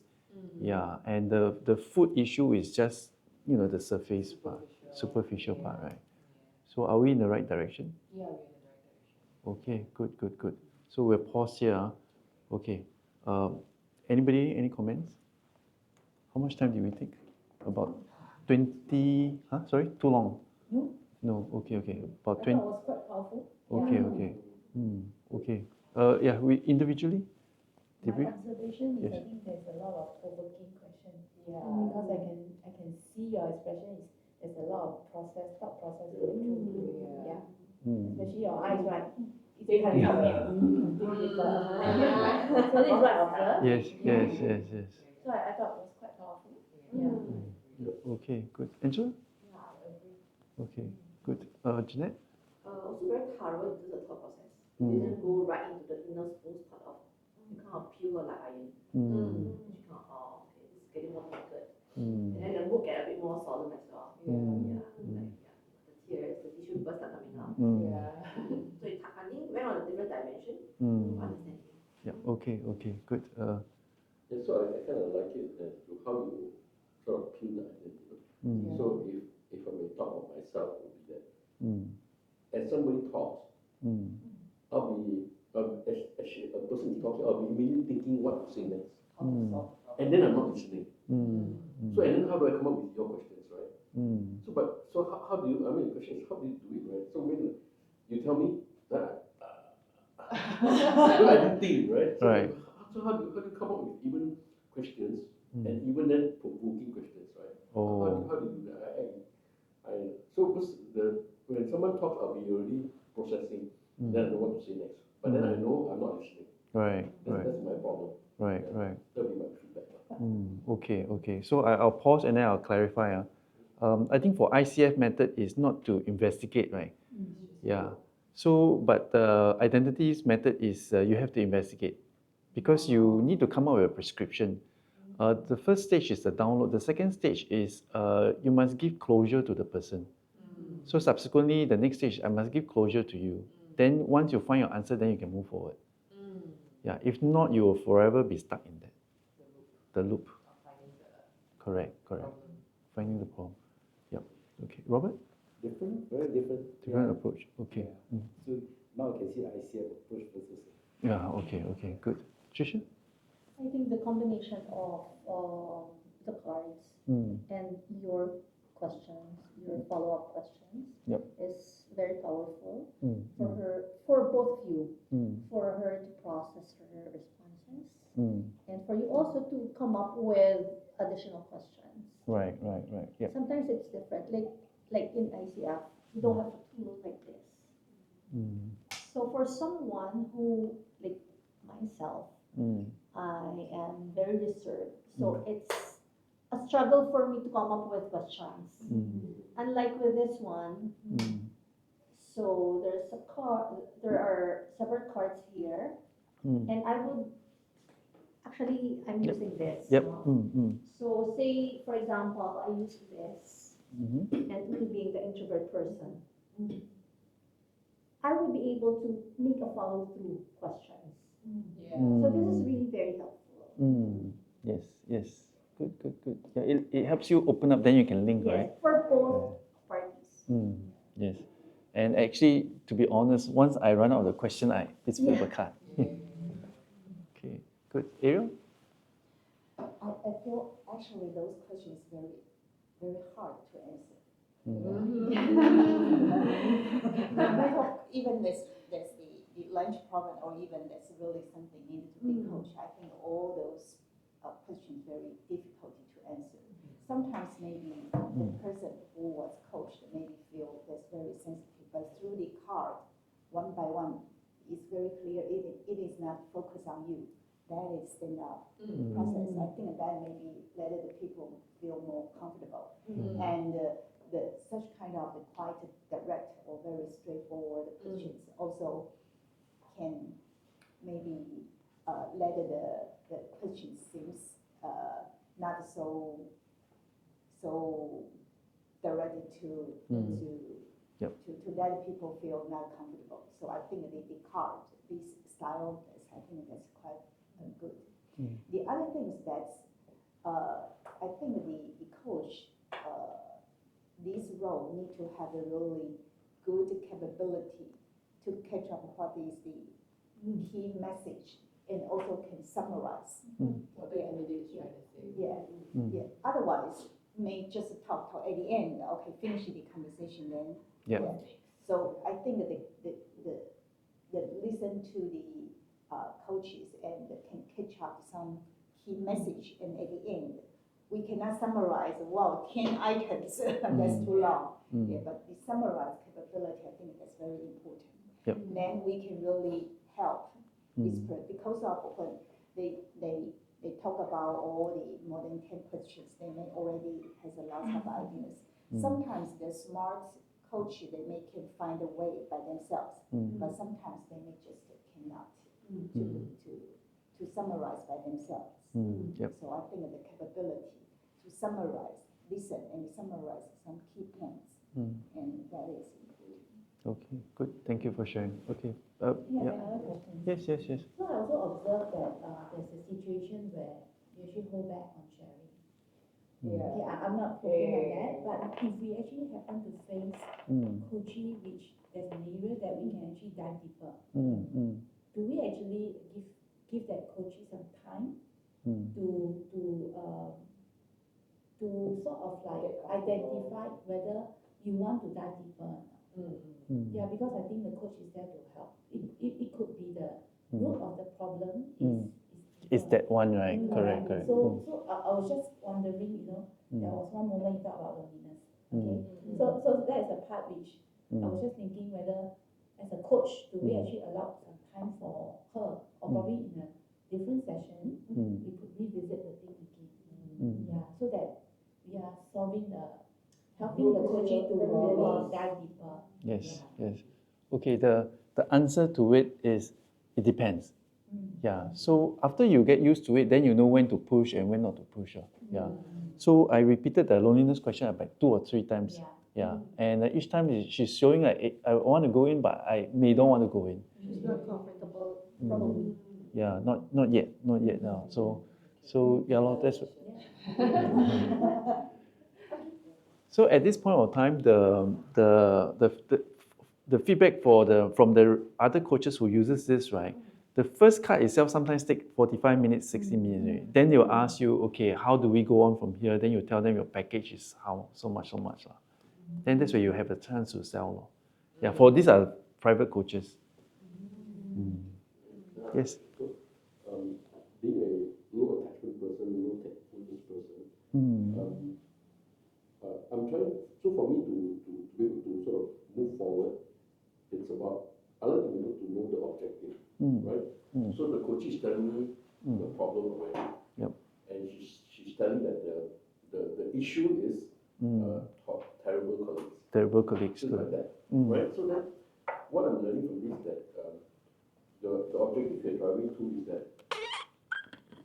I mean, you were trying to peel the onion, right? It seems like, are there other problems or other root causes to such an issue? Yes. Right? Yes. And you were trying to unravel these other problems as well. That's perhaps causing this thing. Yes. Is that? Yep. Yes. Yes. So that then I can approach this from that objective point of view. Correct. So usually people who come for coaching, the thing that they say is not the root cause. Right. Yeah. Because being a low attachment person, low technical person, I would just say, forget your colleagues, just go some find them Yeah, around. you don't need them, right? Yeah. Effie, right? Effie, right? For them for what, right? Yeah. I would have Yeah, said yeah, like, yeah. what are you talking about? Correct. Which is linked to this question of what the other people say about this problem, right? Yeah. So you want to hear how she has explored the various other solutions, right? Then maybe she has her own solution. What would you think? Yeah. So the other thing is that because in my mind I have certain frameworks, I'm trying to link up to the framework to show her. Yeah. So then slowly I keep track of all this lah. So the aha moment will be at the explain part. The explain part. Okay. So Charlotte, yeah. Your own. Okay, to be honest, when I first started, I was just like not very serious. Yeah. Right? I was just like, okay, let's see where this goes. And then towards like, I think, towards the maybe middle point, I think that's where then I was like started to think about other things, like maybe real scenarios. Okay, start wasn't a real scenario. And then some of them then I started thinking more, like thinking deeper. And then this feels like therapy. Honestly, this feels like therapy. Then at some point, then you think like, oh, actually, yeah, I have this issue. So actually, it was from this. Let's say from loneliness. That's where I'm feeling like, oh, that's why I wanted to have a communal lunch that's happy. So that's where then you start thinking, is it my childhood? Is it what? Then that's when you start thinking more. So it's very much like therapy, I would say. Yeah, those questions lead into it. Yes. Okay. Any other questions before? Okay. So it is a science. Then the art part you add in lah. Then the art and science can go in together. So to recap, the last point that we were at is we started with the food. Then you talk about the people. We talk about loneliness, and then the specific people. So my next thing that I want to do is to see if there's a link with specific people, as well as yourself, as well as the loneliness part. Okay, good. So when you're ready, the first explain card. Some of the cards, then I'll explain to the person. Some of the cards may or may not link to the issue. If it's not linked, we'll park it aside or we'll jump. Okay, so the first explain part. What was my childhood like? And who was I attached to as a child? Are we going so deep? I'm guessing. Just I just wanted to know what's the option for. Regretted. It's a simple question, but can I Okay, what was my childhood like? And who was I attached to as a child? I think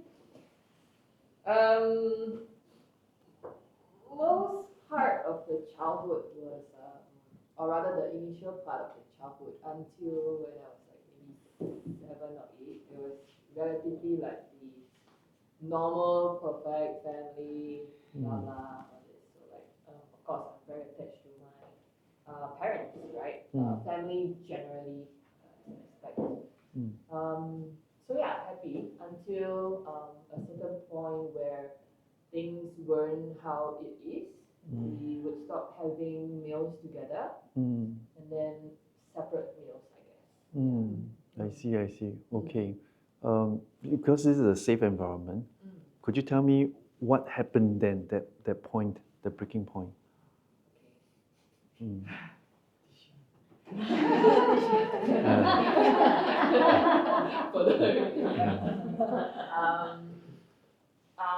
So I think my dad has to change of job and know new people, right? New colleagues. So he started drinking, right?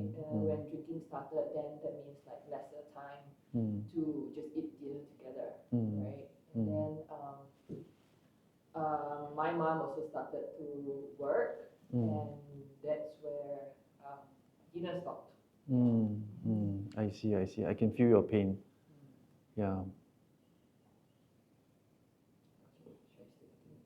Yes. Yeah. So that's where I guess I miss the feeling of like having everyone together. Cause I think even on weekends we would go out with like relatives to do that. And then ever since my grandpa passed away, then all those activity actually stops. Yeah. So it's like a removal of all the communal aspects of eating together. Just disappears. Yeah. Okay. Okay. You tell me about your dad and the change of job, and also you introduce your grandpa. Tell me about your grandpa. My grandpa, he likes to sing karaoke. Yeah, he.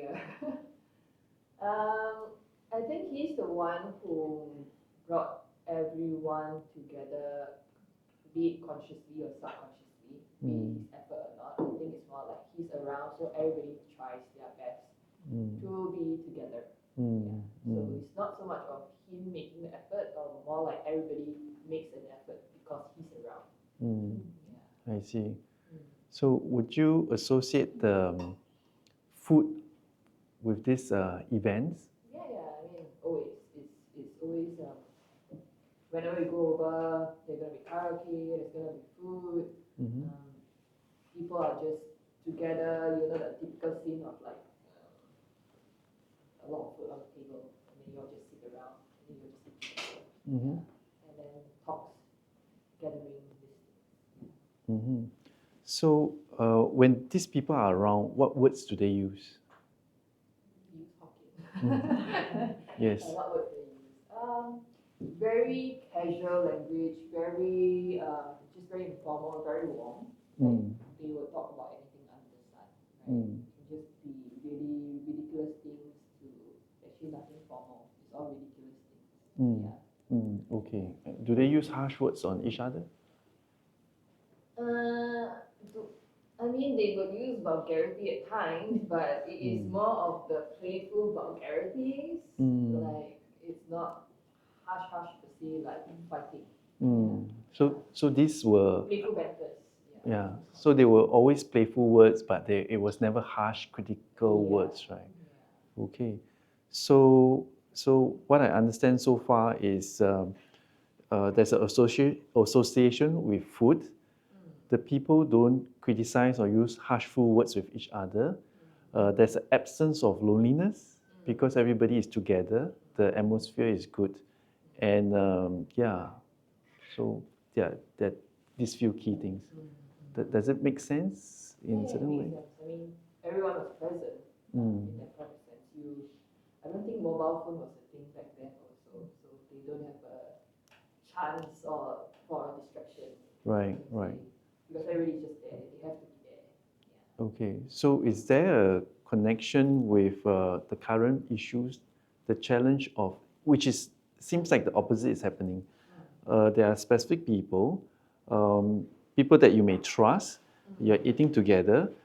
Instead of playful words, some of them use harsh words and causing hurt to you, and you disassociate the closeness of people and the food together. I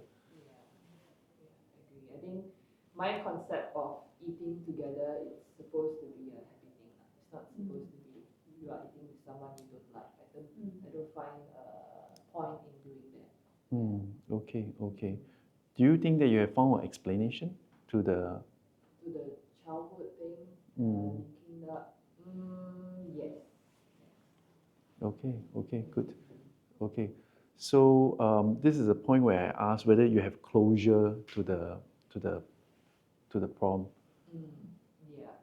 Okay, so if I want to push a little bit further, one of the questions would be your personality profile, which links to identity. Then I say, if you don't mind, let's do your identity results, and the results come out. Yeah.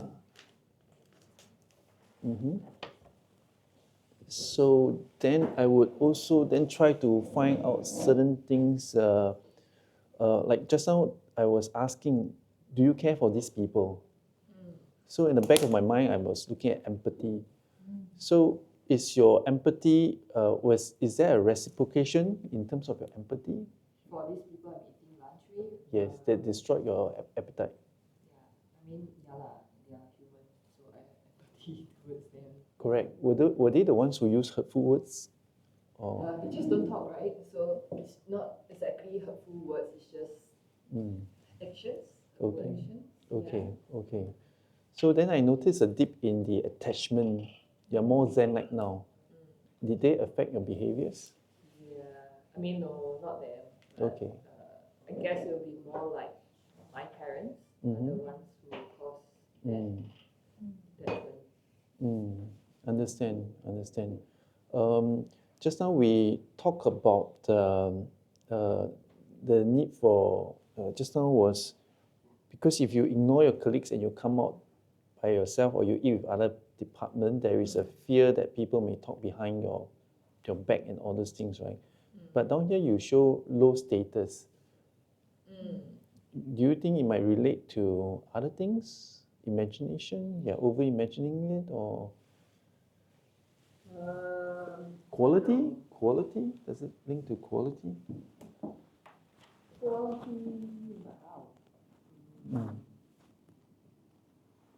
Or is it tactfulness? You feel that you need to say the right things to other people at your own expense? Yeah, I would say it's more of that. Because I think ultimately you still need to work together with them, right? So as much as I don't really care, but at the same time, it's also it's work, right? You need to face these people to earn your dough. So that might affect the future of like working with them. Would it be easier or would it be more difficult? Okay. So give me a few more minutes. Once I find that she has closure already, I may not need to go through the rest because that might confuse her. Okay. Then can I return this to you? Okay. Let's take a look at the next set of cards, the Explore cards. Yeah. So what can people around me say or do to make me feel bad? Just be present. Okay. That's I think the key point, to be present. Okay. So if they are not present and they're not using kind words, what can you do? Eat with them. Yeah, don't eat with them. Okay. Good. Yeah. The next card. How will others approach this same issue? I think there'll be different type of people. I think there'll be people who would just continue the same thing. And I think there will be another side of people who would just like, you know what, I don't need this. Then they will just do their own thing. Okay. So which side are you tilting towards? Right now I'm thinking to them, you know what, I don't need this. Okay. Good. Yeah. Okay. Next card.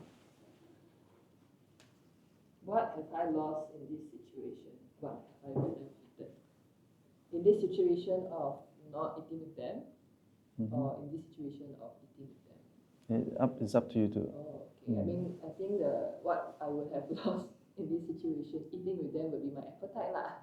Right? Okay. Then what have I benefited if not eating with them? Will be at least I feel better mentally. Benefiting so much. Okay, very good. The next one, yeah. And I can see that there's some relief from your face. No more hard questions. What response do I have to solve this? What resources do I have to solve this problem? Resources. Not actually much resources, do I? No. Are people resources, like say the other department? Yep. Yeah, I guess they could be the resources. Okay, good. Okay, good, yes. What makes me smile? Honestly, good food. Okay.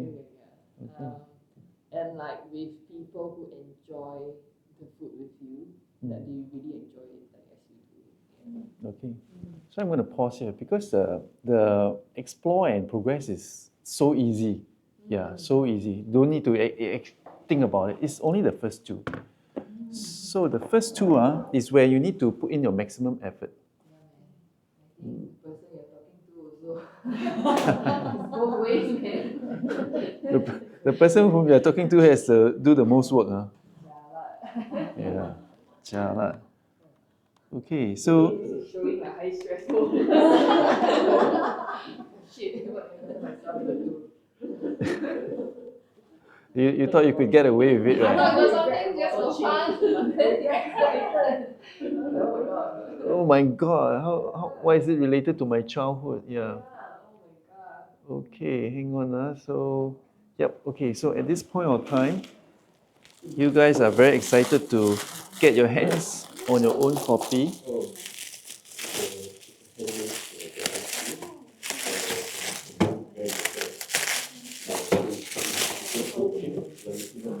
Okay, there you go. There you go. And then there you go. Yeah. Thank you. Yeah. She has, yeah. She has, huh? Okay. Good. Jeanette, you have yours, right?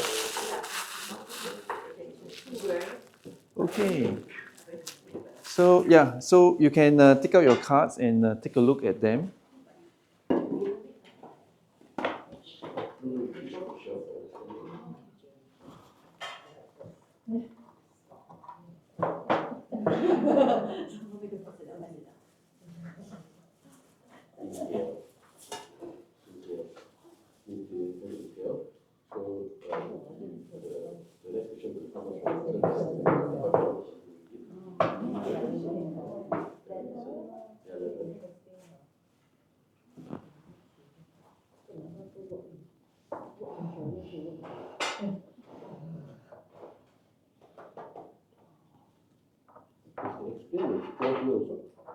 Explain, explore is inside. There are 4 categories. Yeah,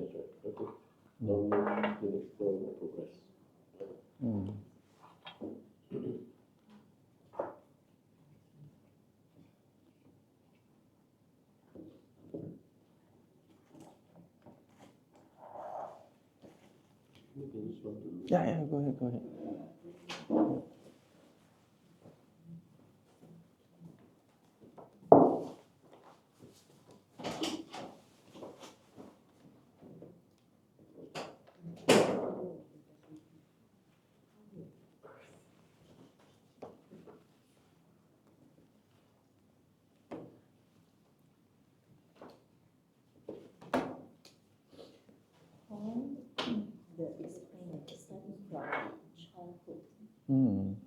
A lot of problems that we face, right? Well, because we are human beings. Yeah, childhood trauma, childhood perception. Sometimes when people say, "Oh, the guy is against me," happens in childhood. The bullying could have taken place. Yeah. Yes. So for a work context, it's very hard, because we're supposed to be professional. Yeah. But then if this is undertaken by a separate coach outside, right, it's easier for them to connect and then explain that. I'm not so sure, just assumption. When we are go through the first part, the download part, but now jump to the childhood. I don't know how about coach, they may feel suddenly. Correct. Yes. So like changing the topic or something. They may. Yes. Which is why it felt like a jump was because I paused and then we debrief. So it felt like a disconnection. So if not, from here, right, I would have connected. It seems like there are specific people who have hurt you before, something like that. Then the next card is tell me about your childhood. So there should be a continuation. Yeah, it's going back. Yes. So, sorry? Move away from where? Which one? You're telling about your childhood part of it. Yep. Okay. Tricia, you used the card before. Any experience to share? Well, as mentioned, this is really very helpful for me. Yeah, this is really very helpful for me me to process the next questions. So sometimes, can I just give my observation? Yes. The first time that you mentioned your problem, okay, I thought that it was like you were just reading it. Yeah. Very shallow, right? So, and then start the progress. going through the process, he was able to go deeper. But when he asked particular question, I think it was on the childhood part or something. It was not funny Your- anymore. Your expression Changed. changed. Yeah. Your eye movement has changed. Mm. Okay, and you needed to pause. Mm. And I was thinking that you were kind of not comfortable going through it anymore because he touched a sensitive Yeah. part of your life, of your journey. Mm. So I thought it that way. So same thing with my, you know how I use this for some of my junior colleagues. No? It's kind of like they would start giving me like problems, no? Kind of shallow and all, you know, like for the millennials. But along the way, we would be able to discover that the real cause is not really the one that that person stated on the initial part. Yep. It's totally different. Mm. Well, different, but the journey it went through, it's kind of connected somehow. Mm. But yeah, I think the most important really part for this session is to be able to dig deeper. So that's one thing, and the active listening part. Yep. For the coach. Mm. Because without it, you would not be able to come up with follow-up questions. Okay, good, good. So let me And just. observation also, no? Yeah. On the, you know, the expression, the tone of the voice, and the breathing of the person also. It's very important. Yes. Okay, very good. Yep. Okay, so let me just share. Suppose I have audio. Wait, what is happening? Audio is missing. So this just gives the overview of the card. Yeah, why is the audio? Pro speaker. So anyway, it's just introducing that there are 4 sets of cards. Okay, so let me move this. Okay, so what the Pocket Coach aims to solve is the lengthy training process for coaches. So, you know, like ICF is that, a lot of time. Then the lengthy coaching process, because if you talk about questioning, it can be very long. So it cuts short, it cuts deep. Then finding the right questions to ask, because it's very hard to ask questions sometimes.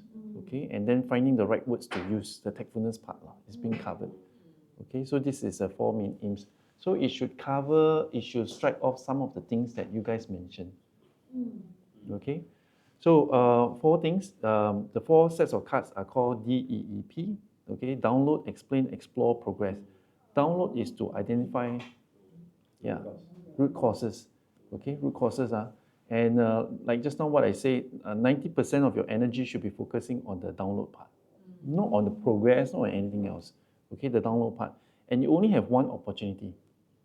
You miss that opportunity, you come back, it's very hard to go find that same thing again. So yeah, the time must be right, the situation must be there, no interruptions. Second thing is that people will have a lot of problems because as we grow older, we have finance problem, family problem, children problem, all this. So when you hear this, you must be able to segregate the categories. Do you want to talk about this or do you want to talk about this? All this. If not, it's always linked. When you solve this thing, then the guy say, oh, no, it's because of this. So you have to be very clear. Okay? So then the third thing is that before you want to correct a person, maybe your problem is like this. This set of cards help you build the connection with the person. Okay? So the connection before correction. You want to correct them before the person is, no, my problem is not like that. Yeah. Okay? So let me see. Should be, yeah. Okay, so now role play. I'll give you all Wow, now it's 11:20. But it was worth the time, huh? Was it? Okay, good. So to 11:50, what we'll do is we'll just try as much as you can go, just from this. And talking about psychological safety, we can be frank. Maybe our friend helped to solve our childhood problem. Never know. The other important thing is, in terms of the sequence, it has to be this way because when we say choose your own, there will be duplicate. So, Trisha, and then Ariel, and then Charlotte, okay, and then Jocelyn, okay, Angela,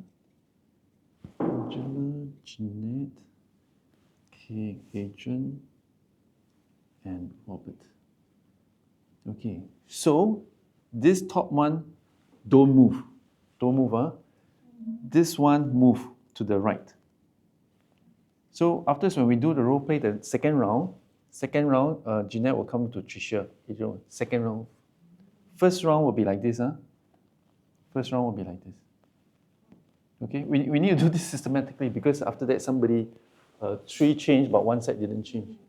Okay, so the first set, Tricia with Angela, Ariel with Jeanette, Charlotte with Adrian, Jocelyn with Robert.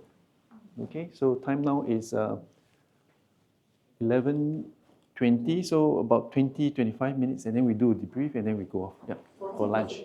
20 minutes for 2 person? I think only got chance for one. Yeah. Then after lunch we come back again. I have a question. Yes. So the explain one, once we find the answer, we'll just stop, right? For the explore and progress, do we go through all the cards or? Explore and progress, it depends on you. It's up to you. If you really can make the progress, you don't need the cards. Okay, then if let's say we think that certain topics are sensitive, example in the work, right? Can we skip the card? Like example, the childhood. Like instead of use childhood, we go to the next card. Frankly speaking, most of the time it is the childhood.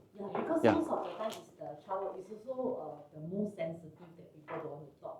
And work, sometimes we want to keep at certain levels, we want to keep it professional. So I was thinking, can we skip it if let's say like we want to do it maybe at higher levels? I don't think everybody wants to talk about it. Understand. So I understand your question. For explainer, what I would say to skip is because some of the question has to do with, for example, relationship. Then nothing to do with work. Yeah. Then you can skip that part. Okay, got it. So, but childhood, there will be childhood triggers.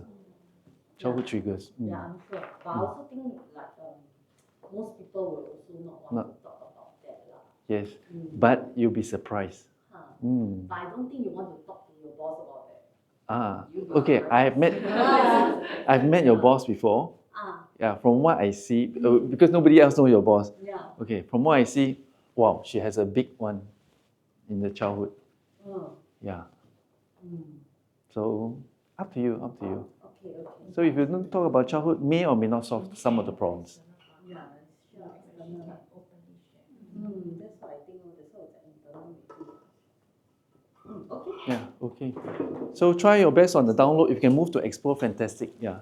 Okay. Afternoon, we have to cover a lot on the, explain part. Normally, can you do this virtually? Like during COVID, you still have such exercises? Yeah, so when you log into the digital thing, right, you have the soft copy, then you show the digital cards. You guys are happy, huh? Oh. We are learning. Oh, good. Thank you. Yeah. Come. Yeah, paper and pen. Please bring paper and pen. Okay.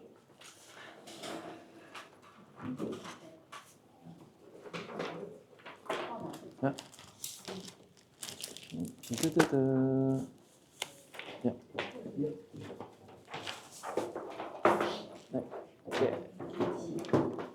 Yep. Take a few. Yeah. Take a few. Yeah. Explain by way of story, I think. Okay. So on a number one, what was my childhood like? This one here, which is number 17. If I was to tell about a story of mine, so and how it's related to life. So I grew up in my childhood full of fear. I was always very fearful of ghosts. I was very fearful of bad guys coming and kill my parents. then I was very tiny in school. I was bullied. So I lived my life very fearful. So which kind of leads me to today. I still have a very fearful life. So that's how it affects my life. So I approach things with fear and trepidation. Yeah, so that's one way. Number 18.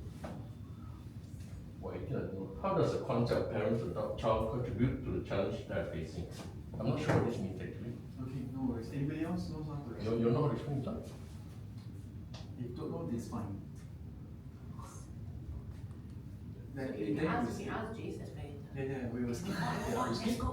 Okay, so number 19. How does my life stage affect me? So for me, so through my story is that I'm reinventing myself, and because I'm reinventing myself, the way I will approach life or relationship would be, I am choosing to be very focused on how I spend my time and prioritizing my life. So I think, I need to study, I need to do sports or whatever. So then I'll deprioritize others and prioritize some things. Yeah. How balanced is my life? I think that would affect life because, so I'm taking stories from my friends. Yeah. So I got friend's wife who doesn't work, and he's working very hard. And half the time the wife is always thinking of nonsense. So every time he's being disturbed, hey, can you come back? We need to go shopping or whatever. So I think that affects the relationship. Yeah. Number 21. Can I describe my personality traits? I can't, I'm not sure. I think this one is about personal awareness. So I think it's important to be personally aware. So for me, I'm not tactful. So I better be careful about my words, which definitely affects relationship, right? Can I describe my strengths? Yes, I guess. I'm timely, so I think that helps. Yeah, as an example. Can I describe my blind spots? Yes. I'm very low in affection, so I'm driven by objectivity. So I'm not passionate, I'm not understanding. I'm not aware of the building blocks of a relationship.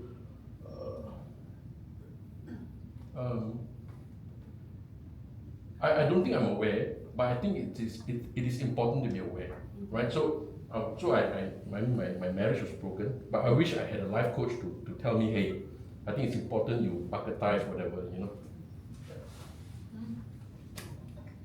Is there another way to explain my situation? How to answer this?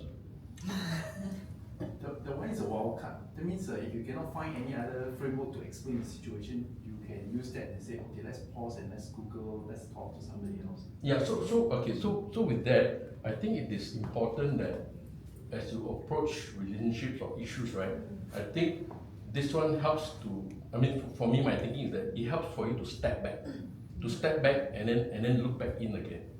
To have another perspective. Because otherwise when you're always in the fire, you're burning. So if you come out, then you have a different perspective. Yep. Okay, so let me just go a little bit deeper. The 4 pairs, which one of you, the discussion was about life? Anybody? I think life in general is very broad, right? Broad. Everything so. Correct. I think it's Robert and Yep. myself. Okay, so Yeah. what was the content?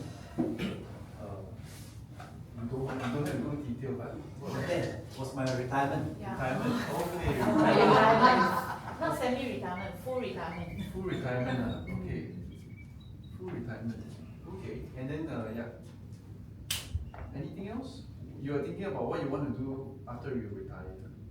No, he already know what he wants to do. Okay. The dichotomy. Yeah. What's Caught the in the dichotomy. The dichotomy was to fully retire and actually to actually remove everything from my Calendar. So at any point in time I want to do anything, I just go and do anything. I don't have to be held back by my calendar. Say, yeah, I got training this year, I got coaching this year. Yeah. Okay. Yeah. Then, what is the other dichotomy? No money. One is got job. The other No, is he's still enjoying what he's doing. okay. He finds which is- values in it. Okay. Yeah, it's like he think that, the sense of satisfaction in terms of carrying, doing training, being a coach, I think he find that. So by you know, removing everything from the calendar means lost a little bit touch on that lah. Ah, Yeah, okay. so it's a positive side lah, Right. not so much of the negative. Can. So, so I see some answers somewhere else also, Okay, but let's go through. What was your childhood like? Was the retirement thing, has it something to link with your childhood? Was it something that you like to do all this while training? I don't know, just explain. No, nothing to do with my childhood. Okay, nothing. The only thing that we talked about my childhood was when she asked one question. What was the question? Turn back the clock. Yeah, if I got to can turn back the clock, would I want What something changes, change? yeah, what Yeah, changes what would you I like want to change? yeah. That was the one question, but it was outside of what we're talking about. Okay. The role that he shared, right, is totally different from what he's in right now. Yeah. Okay.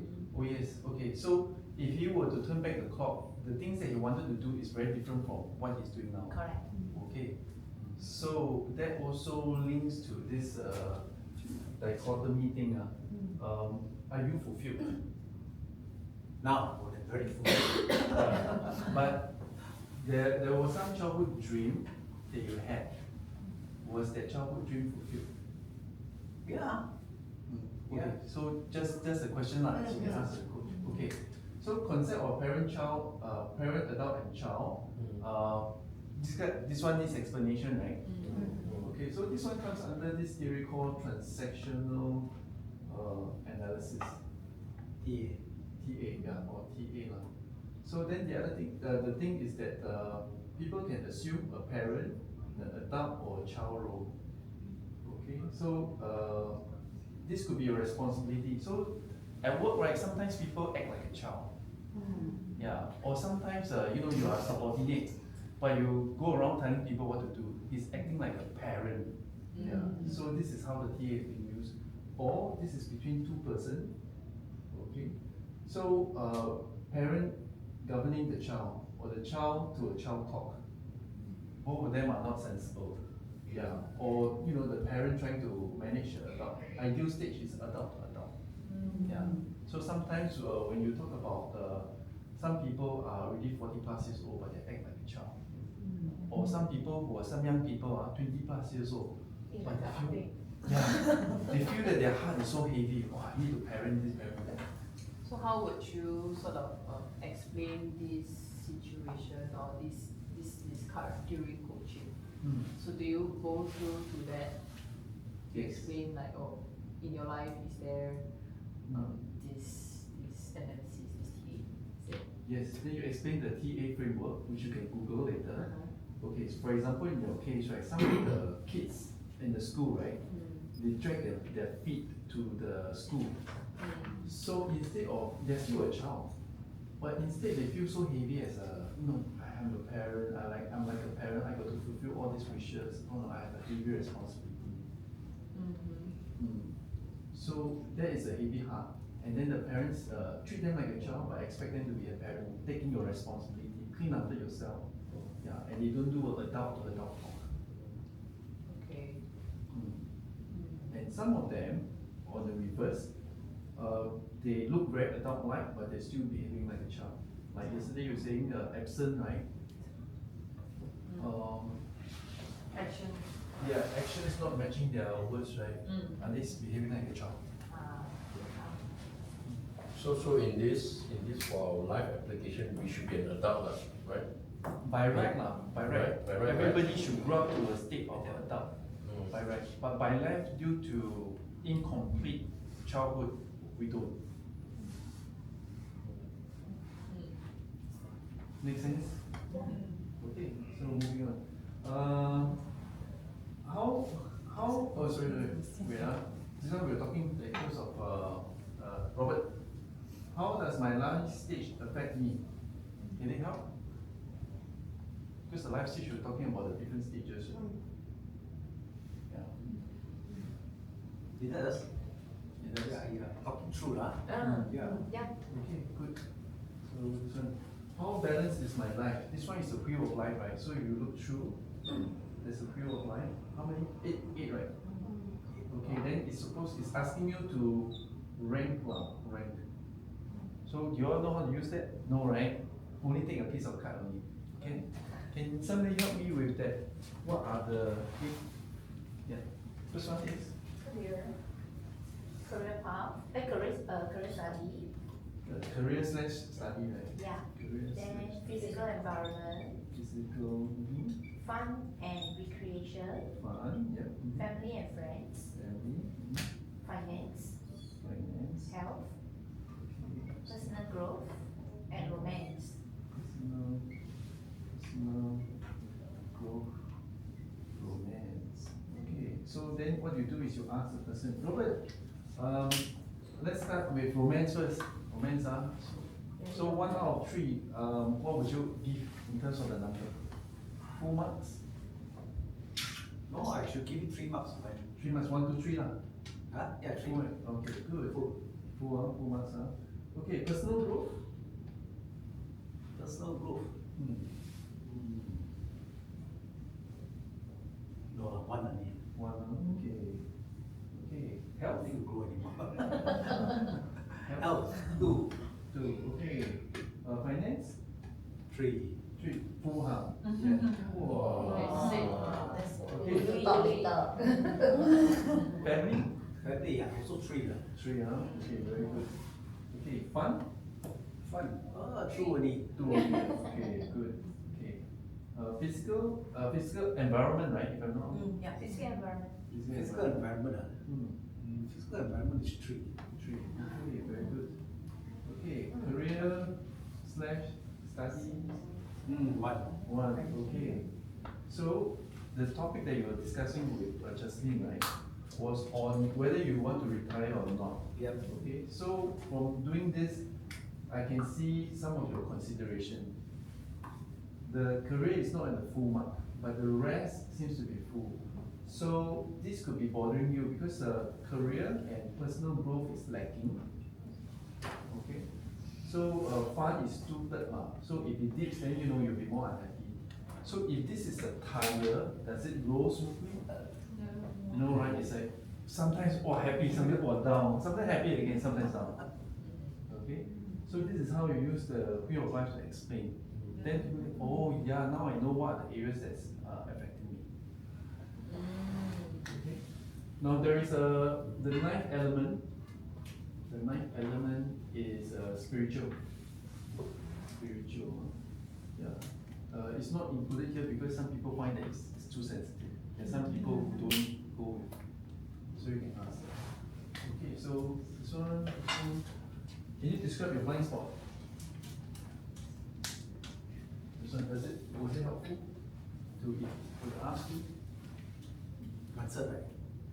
Yeah. Yeah. At least you know Yeah, I know your where to. timeline. Timeline, keep telling me, reminding me. Okay. Okay, so this two is linked.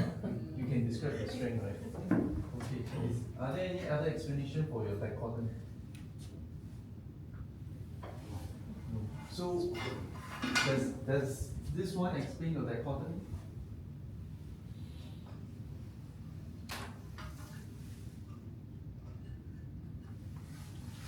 Okay, we dive a little bit deeper inside. Looking at career and say study, career and study, I've reached a stage where at the retirement stage, I don't see the need to actually continue to be really study anymore. And career, and again, I was telling her I want to clean up my calendar anymore. So that part, number one, is that's the reason why. Okay, now if you look at personal growth, again, do I really need the personal growth anymore already? So at 70 years old, no need lah. I mean, no need personal growth. But you did share that if you retire, you want to pick up all your Correct. hobbies, right? Yeah, so those are the also things that will help me to clear up a little bit of personal growth. That's all. Yeah. Okay, good. Yeah. Good. So does it answer partially this dichotomy? Partially, not full. Yes. Partially. Yes. Okay. Because just now, as I said, I see some of the answers, some of the closure elsewhere. Okay. So then moving on. Okay. Personality traits is linked to blind spot and strengths. Building blocks is relationship, right? Yes. Okay. So this one I will remind me to touch on later because just in case anybody else have. Okay. So this part okay. So does it help? Okay, good. So let's move on to the next one. Can I Relationship. ask a question Yes. about the way of life? Yes. Let's say, for example, in his case, even though he doesn't look to strive into his career, he can be also satisfied with his career status, right? And yeah. So it need not to be one. Like for example, romance, let's say you have no boyfriend, you're alone. There's no romance factor, but you're happy with that romance life. Can that be still a 3? Or you need to have a romantic partner that you're happy with in order to have a 3? I think this is self-answering. The person, if it's if it's low but the person is okay, then we can't say much. Okay. Yeah, but it's supposed to show a mirror. Maybe this is the area of gaps. Can you correct me if I'm wrong? Yeah. Let's just say, Robert, if I was to say, I turn back the clock, you're 50 years old today, but you are where you are today at 50 years old. How does that wheel of life change? Very Is that a good. relevant question? Yeah, very good. Yeah. I was thinking about the time factor, He's affected by time where he is right now. That's why this is affected, the way I see it. Is that correct? Yeah, yeah. Okay. So yeah, if you are 50, you have at least 40 years ahead of you. Then what would you change? What would the scoring be? Oh, sorry, this is the scoring. Yep. Yeah, what would you change?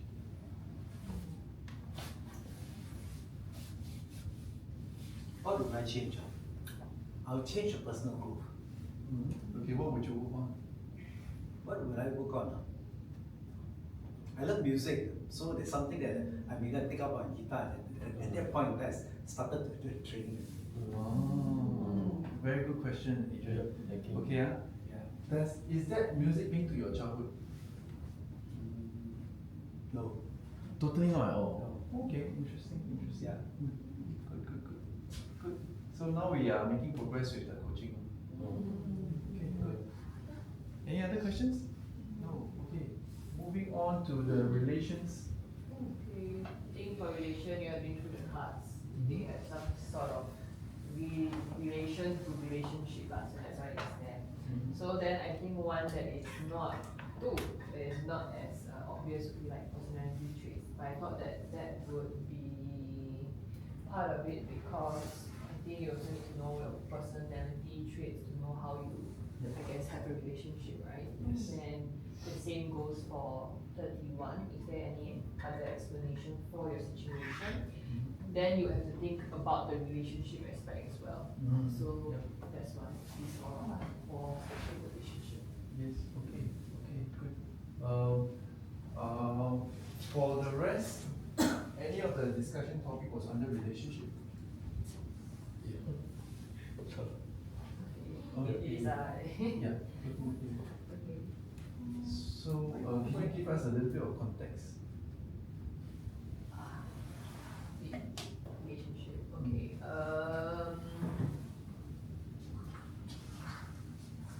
Bit difficult to start somewhere. I guess childhood, then start from there. The part where we were talking about the parents and family, where we are closer together when I'm younger lah. And then that sort of slips away as we get older, right? Yeah. So that part. Okay, understand. So this was an explanation for the childhood. Yeah. Does the parent, adult, child impact you in a certain way? Yes, as well. I think because my parents weren't being parents, so I have to be the parent. Yeah. I didn't get to enjoy being a child, so I guess there's a sort of related, right? Yes, related. Yeah. Okay, now that you understand that of this part that was missing and this role that you have to fulfill, does it cause any grievances, hurt, unhappiness? Yeah, I mean, I had to grow up quickly lah. Of course, pros is that you're more mature. You think, I guess, more maturely, but at the same time, then you lose all the fun that you could get not thinking when you're a child, right? Yeah. Yes. Okay. So then, does that link to your personality trait? Yes.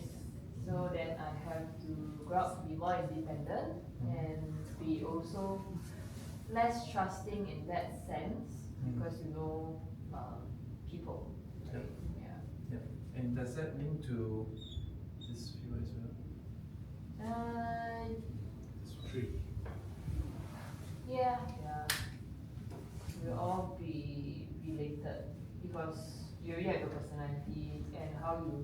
work also would be around the same way lah.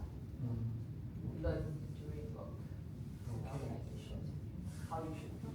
Okay. Then let's see here. Does that link to life stage? Yeah. Is there life stage there? Yes, right? Number Yeah, third one. 19. Yeah. Mm. Definitely. I mean, how I am now versus when I was a teenager is a totally different thing, right? And the way I think would be also different. Yeah. So, yeah. Good. Then does it link to the blind spot? The original problem that you have, right? The childhood issues, the trauma. Does it create a blind spot? Yes, because when you are less trusting, then I guess you sort of like miss out certain point of, yeah. Okay, yeah.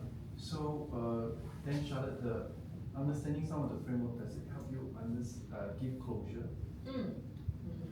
So at least I know like what went wrong and I'm aware of it. Okay. It's not just being confused. Okay, so don't mind, let me ask you some tough questions. That's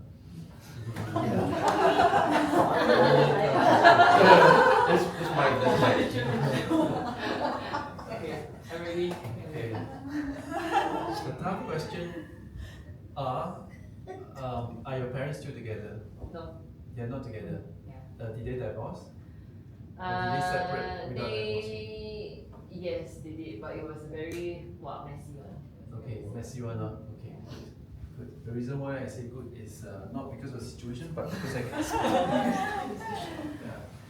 Okay, so yesterday we talked about the goals, role, flow, thing like that, right? Yeah. Okay, so this is how you need to explain, because when it comes to the relationship, before you, okay, your dad and mom met each other. Yeah. Okay. They fall in love. Maybe. Yeah.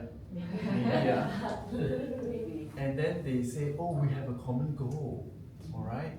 You want a family. I also want a family. Oh, we have a common goal. I don't know what that. But okay. Yeah. Could be. So then what happens is that the man, become like a Tarzan. You need help, I come and rescue you. The lady in the olden days, the damsel in distress, yeah, saves the person and then reinforces the goal. Yeah. Okay, so most people are not working together. The workflow and habits and processes not talk about. Yeah. Okay, personality. Do you think they talk about personality? No, I don't think so. No, right? Yeah. No, right? So the man will always be on time. Yeah, this is before marriage. Before. Okay. Oh, okay. So now when all of the stars are aligned, there is no power struggle. Totally don't have. Absence of power struggle, bliss happens. And you have wedding bells. And they think that I'm meeting the perfect person. And people say, oh, you have to be careful. No, it only happens to other people. Will never happen to me. So after they get married, okay. Oh, so because this is adult class, I'll be blunt. Yes. The man wants to have sex every single day, every single minute. But the woman don't want. No.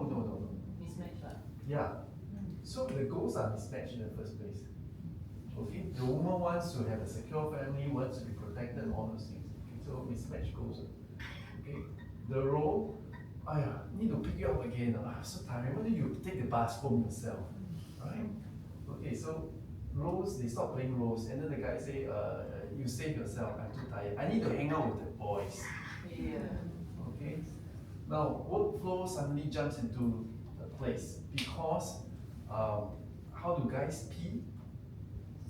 All over the place. All over the place. And it drives the girl crazy. Why don't you clean up? then not only that, the next morning when the woman goes to the bathroom, want to squeeze the toothpaste is squeezed wrongly, right? The guys will squeeze from the center, then the wife will say, why don't you just roll from the bottom? So all these small little, Any small thing. yeah, all the small things add up to the goal not being matched. Okay? Then personality comes out already. Yeah, the ugly side, you know, whether is it empathy, whether is it dominance, whether is it all you can name, all definitely conflict. Okay? Now, power struggle starts to appear. Power struggle. Power struggle. How does it appear? I'm right, you're wrong. Yeah, I'm right, you're wrong. Yeah. Then you call your friends. You don't believe me, you ask me. You're right or not? That's what he did. Is it wrong? Yeah. I got friends, wife who call me, Jace, you better come over. Your friend, terrible situation. Yes. So then the guy said, oh, it's so troublesome. I don't want to come home. Yeah. Power struggle. I wait for you to call me to beg me to come home. Yeah. Then the woman, of course, the smarter one, will say, hey, I cooked something. Why don't you come back? You know. Yeah. Then the man would think that, oh, see, she's begging me. Oh, I feel so good. But after a while, forget it, man. I'm not going to, she says, forget it, I'm not going to play that role. And then, you don't want to come home. I also don't want to come home. You think I depend on you? No, right? So there's a power struggle. Everything is destroyed. Yeah. So couples without proper understanding of this structure, everybody goes through it. If people are going through it but they're not divorcing, they're suffering in silence. Okay. Now that I explained this, I'm going back to the childhood and telling you why certain things happen in this way. Yeah. So, like your parents, they could have started well, but eventually all things break loose. Yeah. Okay. So hopefully by explaining that you get closure. Then for those who are going through relationship problem, okay, so maybe they, oh, okay, that's why. Then they can relate to activities. Then for parent and child, you can also use this framework. The goals of the father and the child is, oh sorry, the parent and the child is different. Okay, good. Can I ask a question? Yes. So I mean, like sometimes when I offer advice to friends and all, right?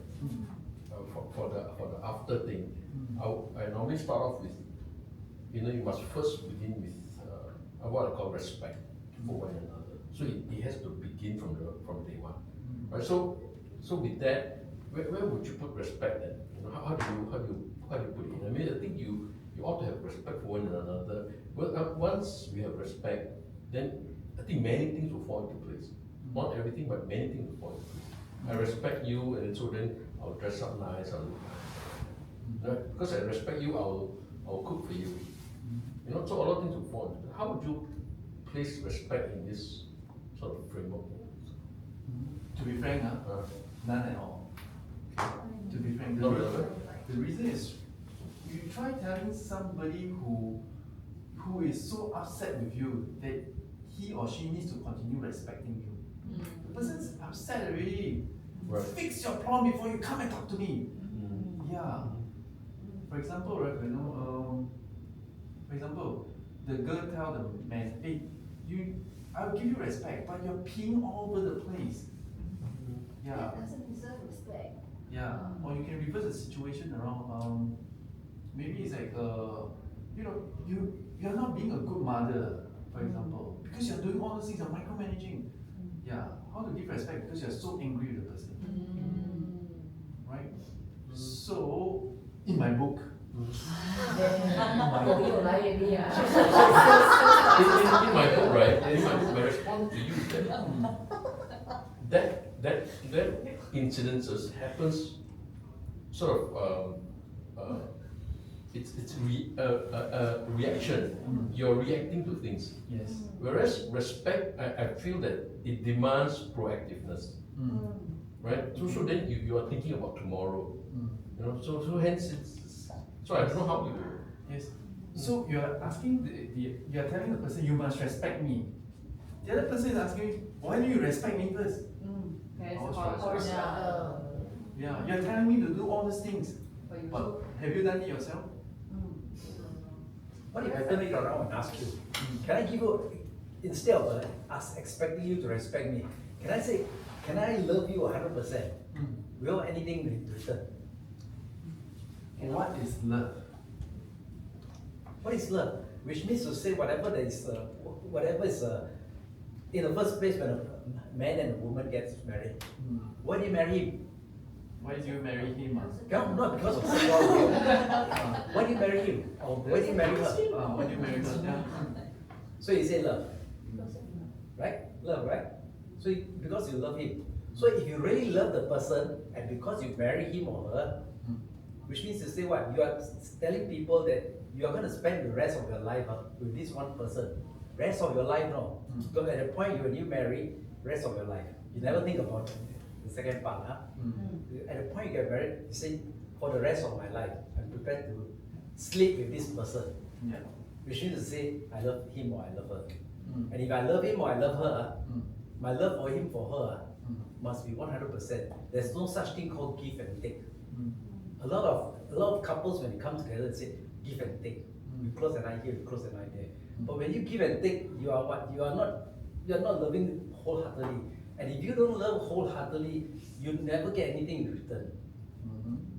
Alright? So if that's the case, then if I were to love wholeheartedly, I give you an example with my wife. Whatever she says anything, she wants anything done, I'll get it done for her. Right? I don't care about anything else. Even if it puts me in a very difficult position, sometimes, okay, I might still get it done for her. But if by the time you continue doing it after a while, you realize one thing, the other person can see you. And when they can see, what do you get in return? You get the same kind of one. There's no such thing called give and take anymore. Okay. Yeah. So when you do whatever your wife asks of you, which one are you resolving? Which one am I resolving? Okay, I will resolve workflow. Very good. I will resolve personality. Very good. I will resolve role as well. Role? Yeah. Or fault? And there's no power struggle. I don't have any power struggle. That's why still married. Yeah. Same as before. Yeah. So the key in any marriage is having to understand that at the end of the day, it's not about you. Yeah, it's not about you.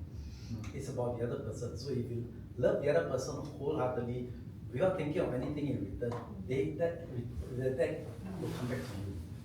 Very good. Yeah. Very good. Yes. I wish all people is like you. Yeah. Yeah. But the truth is, it's not. It's not. Yeah. So then to slowly, I mean, if we were to say that they already reach a crisis of 10, how to move back at least 1 month? Yeah. Which one to? Sacrificing something. Yeah. Which one? To? Revisit the goal. Yeah. Some people renew their marriage vow, right? But then go back home, they start to. I think power struggle first though. Okay. Power struggle. Okay. Why? Because power struggle means like sort of like ego, right? Once you remove the ego part, then you can start talking. Okay. Good. I think so. Yeah. Okay. Anybody else? Personality, resolve personality, but that's a good way also. Okay. I would say the quickest and the most important one I feel is a workflow. Yeah. Because you are doing some things that is irritating the person. So once you reduce the workflow, you're actually playing a role. Okay, you're reducing the power structure. Yeah, leading to a aligned goal. The one is more straightforward. So, but anyway, this is a long topic. But this is to give certain explanation, give certain closure, even for parent-child issues. So subsequently, if you don't mind me, subsequently, what happens is that the broken relationship on the top, then there is this few things on you. Your parents will start to tell you what to do. Yeah, what's their goal for you, and then you also don't see the alignment. Then leads to relationship. Correct. Okay. You get more closure now. Yeah, I did. I actually went for therapy lah. So actually, they sort of like talk about these things. They was like saying this is very close to therapy because because they actually go through the different things and then dissect it up so that you know what actually went wrong. Yeah. Okay, good, good. Thank you, thank you. Okay, so let's talk about work. Justin? Okay, so in total we select 10 cards. We break it into 3 key buckets. So the first one we think is ideal job and life stages. At different stage of your life, sometimes your career goal will move due to the life stages, the balance of all these 8 things. Then that's why there is also like CCP, like career conversion, people make career switch and stuff like career health. Career health. Then the next one is to do with your personality traits. If you know what are you good at, like for example, you think you are people who are like, people can do more like networking and stuff like that, you do well in sales, that's, that kind of thing lah. So this also tap onto your strength.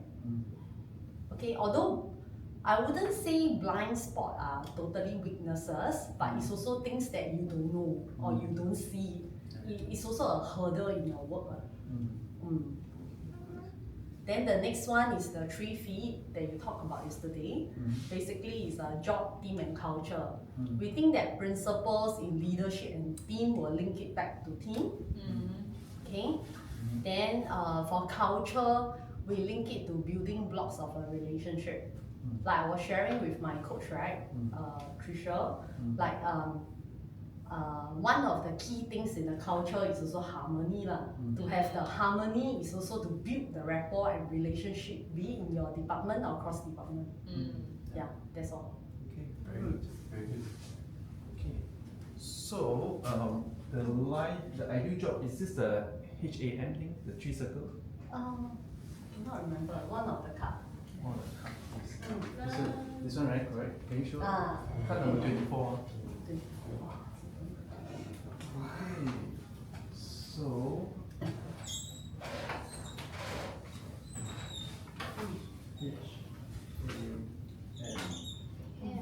ham. So in olden days they say bring home the bacon, but no bacon, so bring home the ham. Bring home the ham. So when I explain this, I'm relating to Robert. Okay. So dichotomy of retirement. H stands for heart. Okay, ability. Oh, sorry, spelling error. Ability, and then market. Okay. So the heart and the ability, but there's no market. It is called Or hobby. Hobby. Yeah. So if you look at personal growth, and then you say, oh, I'm going to spend all this money, but then the rational mind say, I cannot make money out of it. Then there's dichotomy. It's just idea. So it's a hobby. Now you have the ability, there's a market, but there's no heart. What is it? Job. Yeah. Wow, the job pays me very well, but I drag myself to work. So when you are doing career coaching, a lot of people will be facing this, no heart.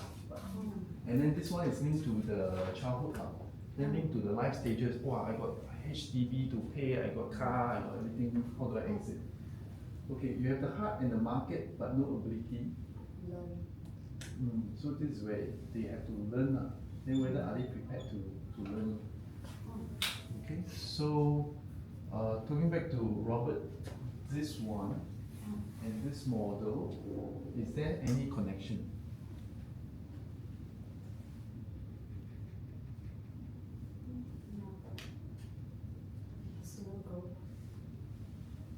This one, the view of life, and then the hand model. Is there any connection?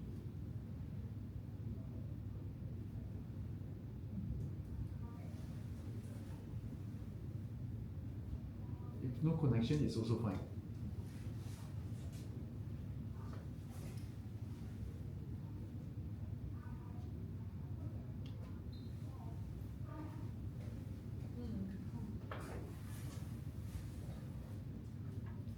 who's Robert's coach? Me. Do you see any I was connection? trying to analyze it. Mm. I guess it's because of the stages of life. Okay. So like career right now maybe rated at 1, probably at a younger stage is 2 or 3. Okay. Yeah, that's why I think it's still an ideal job for ideal career for him. Yeah, it's just stages of life make him change. Yeah. Because in terms of heart, yeah, I think he got the heart to transfer the knowledge, to share, to educate the younger one. In terms of ability, yeah, he's qualified, that's why he's a trainer. Market, there is market. Yeah, so it's actually at the center, but it's just that over a period of time, probably the heart or Yep. start to Yeah, dwindle down, Yeah. right? Tired sometimes. Yeah. Yeah. Complain. Yeah. Okay, good. Yeah. Okay. Then back to Charlotte again, huh? Okay. This one is a work model, right? Yeah. Strange, a work model. Then Jace is talking about this. Now, do you think your father did the job well? What, as in his job? Yes. No, not really. Okay. What about your mother? Yeah, I think no lah, but I mean there's a yes and no lah.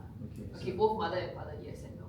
Okay, yes and no. Okay. Yeah, I mean they started out as yes and then slowly became a no, you know? Yeah. Then the team fit, we talk about the personality, ma. Personality. Do you think they have a team fit? Before my mother started having her own opinions, then I guess it would be fitting. But after she starts work and then she grew opinion, her own mindset, I guess a change of character, personality, then it sort of stopped being a fit. Okay, so then that's the question mark. Is your father close to your mother's side? Is your mother close to your father's side? Is there an organization culture fit? Yeah, they from same kampong. In Kampong? Yeah. Okay. So, So there's a culture fit, there's a question mark on the job fit and a question mark on the team fit. Okay, so then just now when you were using the word opinion, right, she started to form her own opinion. It leads me back to the relationship quotient. Yeah. The role? The role, bingo, the role. So it's a common issues between men and women nowadays. Yep. Yeah. So some people will come to you for a relationship coaching is facing this role playing and then role destruction. Okay, good. Now also this one, Ariel and Jeanette, what was the topic that you all talked about? Work. Work. Okay, so give me a context. What was the context? Ariel was having challenges in work. Do you see some of the I just talk about some cultural fit. culture fit? Okay. Majority, I think that's because of I just stay in current organization for 2 to 3 years and totally different industry, different people, different business model, different logic. So it makes a lot of something common sense. I think my common sense is not your common sense, or not in the organization, it's their common sense. Right.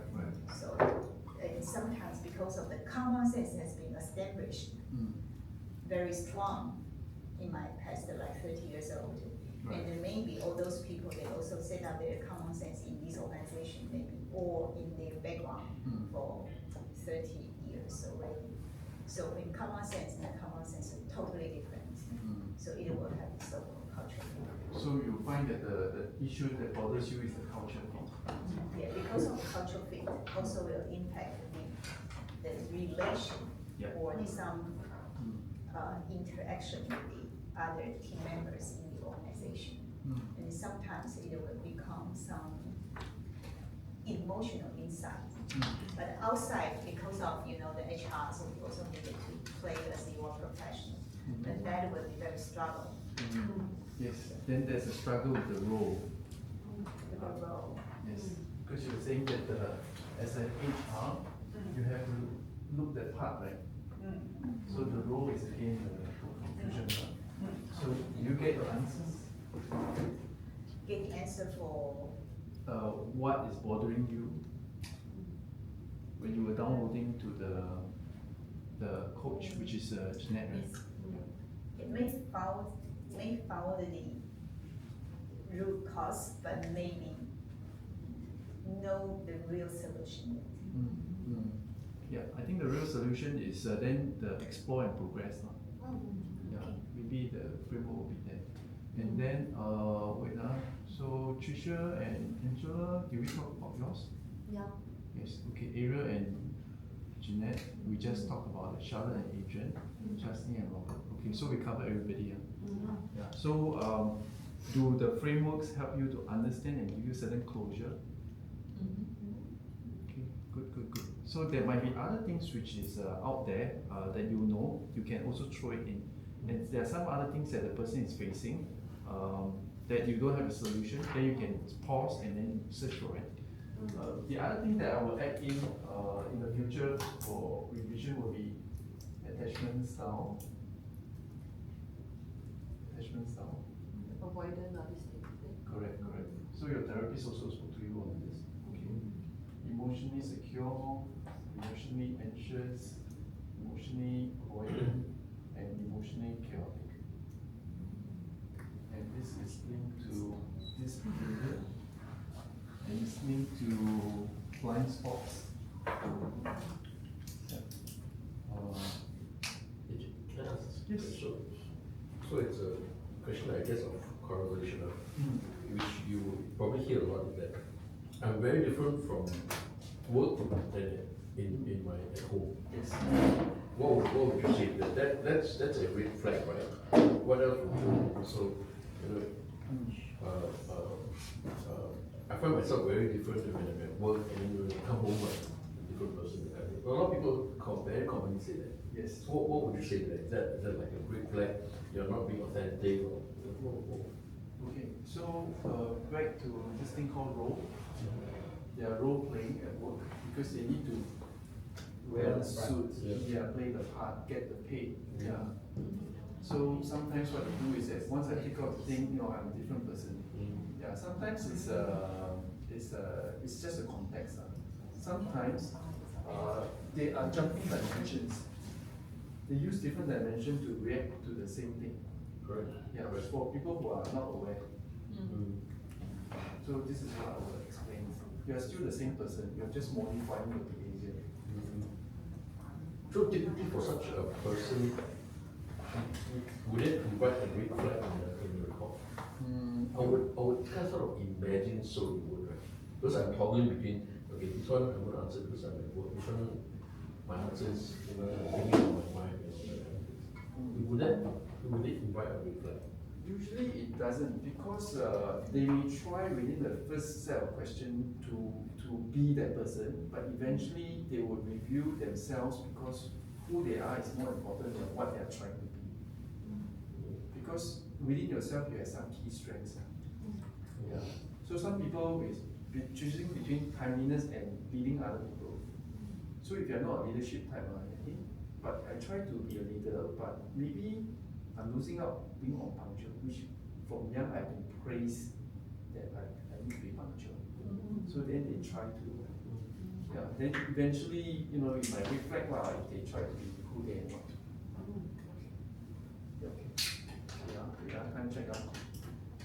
Yeah. Okay. Bye. Thank you, Justin. Bye-bye. Bye. See you Bye. tomorrow. Enjoy. This I think, yeah. Okay. Huh? This a dog. Oh, son. Uni bahasa. Convocation as in uni or as in? Uni. Wait, there's another one. No, about to enter only. After this, the Air Force one, they both repeating E level. So The other one repeated already. No, no, one repeated already. The other one is as we speak doing 11 for no. That's why I'm also So for future version of the Pocket Coach, probably we will add these two things inside: attachment style and live script. Anybody needs more explanation? What's live script? Live script. Live script is a tape recorder in your head that goes on and on forever. Some people is like, I'm no good, I'm always no good, I'm always no good, I'm always no good. Yeah. There's one question which is, have you seen this pattern reoccurring? Oh, yeah. Yeah. So people relive the experience over and over again. Okay, how to aware of that? So using that question, has this pattern happened before?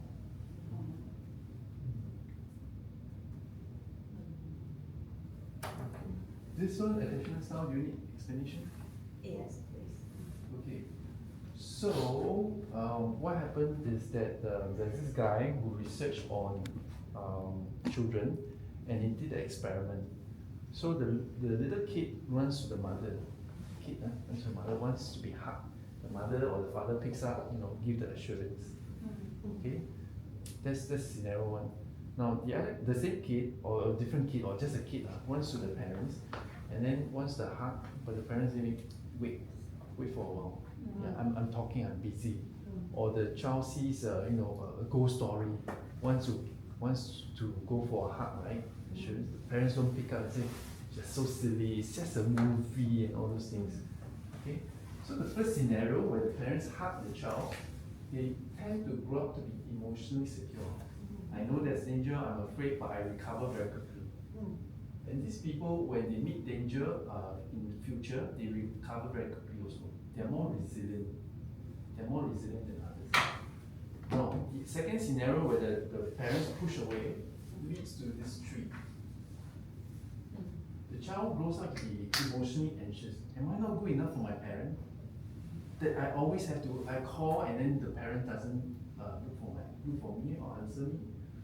Or the child grows up and say, I cannot depend on my parent, so I emotionally detach. I got a problem, I don't look for you. So that's emotionally avoidant.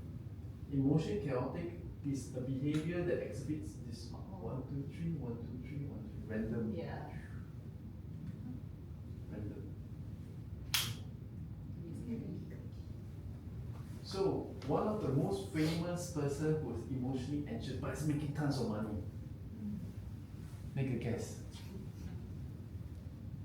Elon Musk. Elon Musk, yeah, is one of them. The other person I was thinking of is Tom Cruise. Yeah. Tom Cruise is only this. 6 I think. Yeah, he's very anxious. That's why he keeps pushing himself to do things. Yeah. And also, if you look at the woman that he dated, right? Who was the first one? The actress. There's Mimi Rogers, there's Nicole Kidman. Mimi Rogers, Nicole Kidman. Yeah. They look to me, I don't know, but they look to me they're very emotionally secure. Yeah, he's looking for mother figure. Yeah, he is like a child looking for a parent. Make sense? So so all this information. Then when you're able to explain, it sounds a bit like therapy, but it also helps the person. Then of course, don't forget, yesterday we spent one full day covering the personality. Okay, so now all the theories aside, what we can do is we are going to swap. Okay, put all this into practice. So Jeanette with Tricia, Adrian with Ariel, Robert with Charlotte, Angela with Jace. Yep. So yeah, Angela with Jace. Okay. And then let me see. Janice is another of the identity trainer. Just now she was hanging around. Since she's here, I'm gonna ask her later to come in to talk, to do some sharing of experiences. So now it's close to 3 o'clock. We have our tea break. Then we can start. How long do you need to do the next coaching? 40 minutes will 40 minutes? Okay, so we make it 3:45 or 3:50? 3:50? Okay, good, 3:50. So do your matching and then it's a good experience. Okay, so for me, I mean, I think my learning is that practice makes perfect. And then obviously I was stuck in things and how to think and how to ask questions. So but as I flip the cards and then I skip towards, so I got to the explain cards and I skip towards the card I thought that was relevant, which then opened my mind to ask other sort of leading questions. Open up, so we got the thinking and all that. Which was good. Okay. Thanks for sharing. Anybody else? Can I just add a dimension to that? I think practice makes permanence. It may not make it perfect, because if it's bad, you keep on practicing it, you will just make it bad. I think practice will make it permanent. You keep on getting it, and then you just get permanently to that. I think in a sense, a different perspective of that. Okay, good. Robert? Oh, what we did, we tried something different. What we did was instead of asking intermittent question in between, we actually ran through the whole download. Yeah. Okay. How does it feel? From a coach point of view, it feels terrible. Okay. I want to talk, but I cannot talk. But I told myself, no, let's just follow through pressure. It feels terrible. Yeah. See Robert stopping himself, stop, don't ask questions. Although you continue to like throwing things like Okay, but from the coaching point of view, I can see him restraining himself. Start asking questions. Charlotte, you flip the card. Charlotte, you flip the card. So I thought, while it's nice, I think it's also good to be like, okay, maybe I was thinking like, let's say download card, right? Of course you flip already. Then maybe I talk what I want to talk about. Then maybe a bit of like throwing a bit of questions. Yeah. Then that might not feel as like restricted lah, like what I can't call. Yeah. I want to ask something, but then I cannot ask. And you just flip the card. You just flip the card. Because that was what I told her. I'm going to try an experiment. Just let's see what happens. Yeah. I cannot. But I asked her her experience, and she said, I'm okay. I'm perfectly alright. I'm just looking at the questions, so it's still alright. okay. Yeah. So the question is coaching for the coach or for the coaching? Correct. You're right. Okay, good. Yes. Right, Trisha? Yeah, so we went through it, all right, and I think what I felt was that this is a good refresher for me, because it's different being a coach. So I was able to have visibility on how she would, ask questions. Not necessarily per card she would throw a question for me. No, not that. She has a different style. Okay, you're pairing with? Me. Oh, okay. So I think going through it again is a good thing for me in the sense that I was also able to see how others do the coaching part. Okay, good. Yes. Yeah, For me, Wow. it's very now you actually get a job. Based but based on my experience.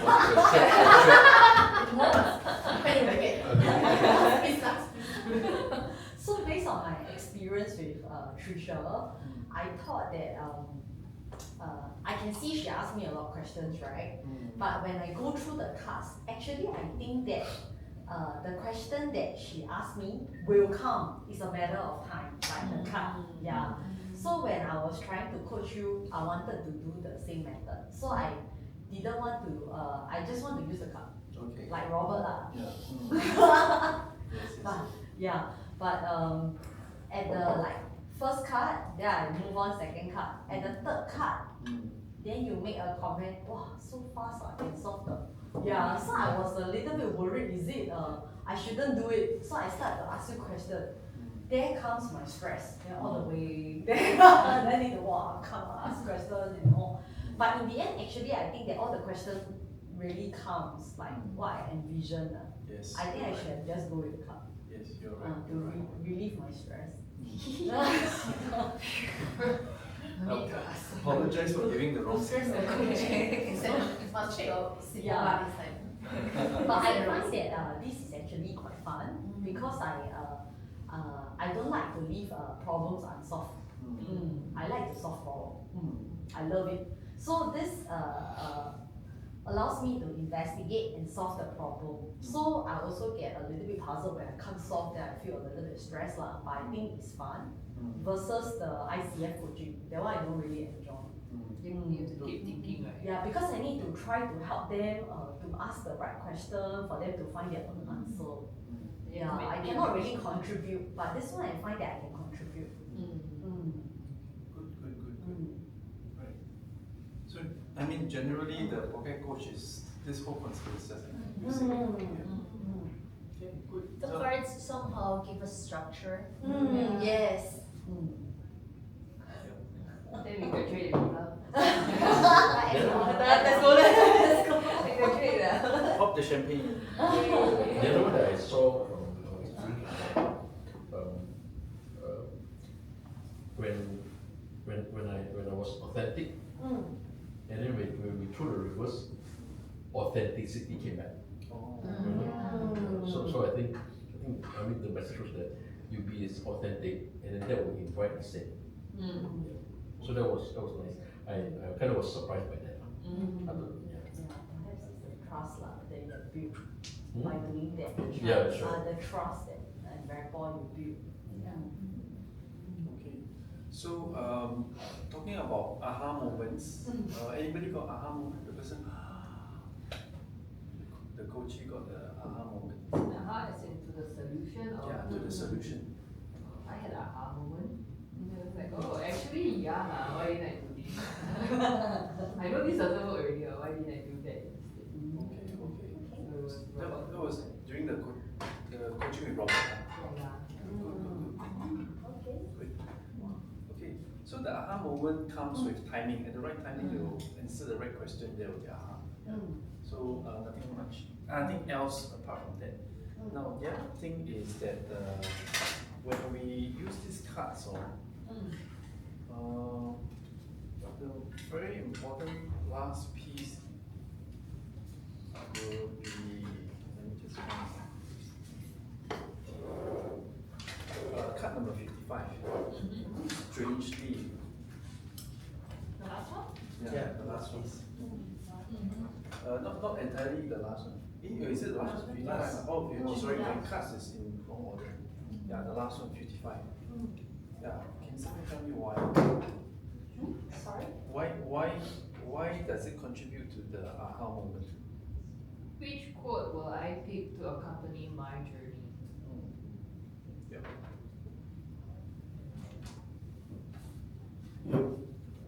Then you finally understand. That's why you're able to pick a quote. I don't know, maybe. So, okay, back to you, Charlotte. You're on the spotlight. Now you know why everybody kept quiet. Should have. Hey, you're getting full set of coaching. Yeah, Hey, wow. Okay, the context. Can you tell us what was the context first? For with Robert. Yeah, with Robert. So my teammate, right? My executive that's working with me. She basically has some work issue in a sense that she doesn't like to communicate as much. In a sense, when let's say we are running an activity, right? When she by like maybe the 30% mark, she knows that there's an issue, but then she just keep quiet about it, and then she just let the issue go on. Until like I figure like there's something not quite right with this, but I actually let her handle it on her own. It's only up to like maybe the 80% point or 70% point. I say, something is not quite right. Then I started asking her. Then I realized that there is actually a problem right there, but she chose to just wait and just let it linger until I find out about it myself, right? So that is not too good in the case of if I didn't realize it, then what is gonna happen next? Is this gonna be a disaster, right? So that's one. Then number two would be she likes to gossip, and then we know that gossiping is a very toxic culture to build.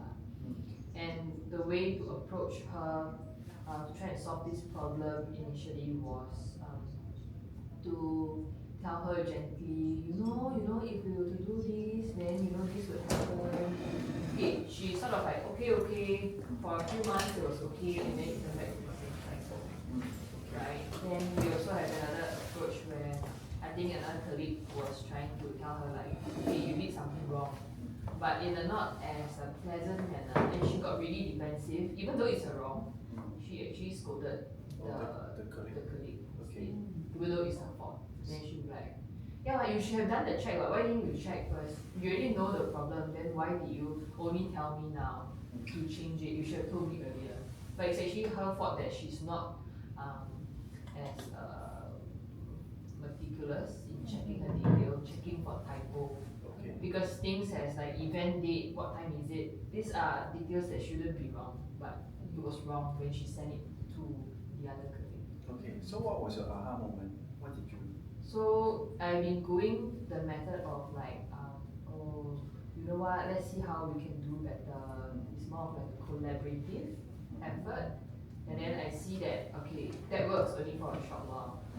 And then you have the aggressive method, that obviously doesn't work, she gets defensive.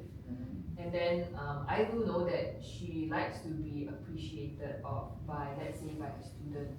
When the student actually comes to her and then she says like, for everything you've done for me, we really appreciate you of it. Then she feel a sense of pride. And then that's where she's more motivated to do better. Right? Then that's where because I was stuck, I didn't know what other method can I use already. Then Robert's telling me, yeah, you see, she seems to be working well with like positive reinforcement in the sense of like when people tell her that wow, she did good, then she feel a sense of pride. Then that's where I think she will take more ownership of her work. That's where her passion lies in students. Because when students tells her that, you know what, you helped change my life, then she just like, I'm more motivated to help students more. Right. Yeah. So if I may add to the whole thing, tend to the business, and the people will tend to the people and they will tend to the business. Yeah. That will be the quote. Yeah. So at this point of time, when you insert the code, right, people yeah. So then you will need to know a lot of code. That's true. Yeah. So by right, there is another stack of cards, which is the motivational quotes. Oh. Then you lay it out on the table, and then you ask the person which one appeals to you most. Then you will pick up. Then it's the impact is there. Yeah, that's how to end it with a big bang for the coach. That way we don't have to memorize code. Take away I Google first. Every day read 360 motivational quotes. Yeah. Okay, so basically, you guys know the in and out of this coaching process. It's quite straightforward. So, like what we say is to reduce the time taken to train a coach, and then you get maximum impact from that. Yeah. Any questions? Yeah. So from that, the aha moment was also, I mean, if I may say correctly, was about understanding one's language of love, is it? Yeah. So the language of love. So then, am I able to understand the language of love from this person? No.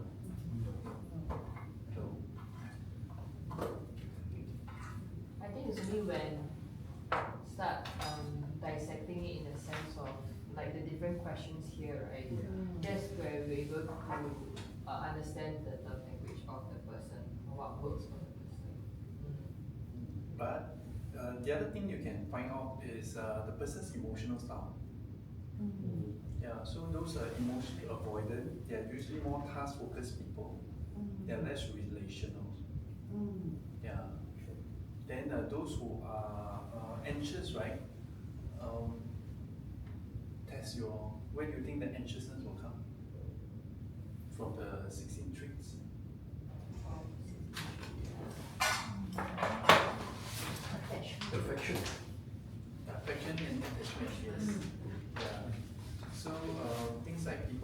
visa and all those status also.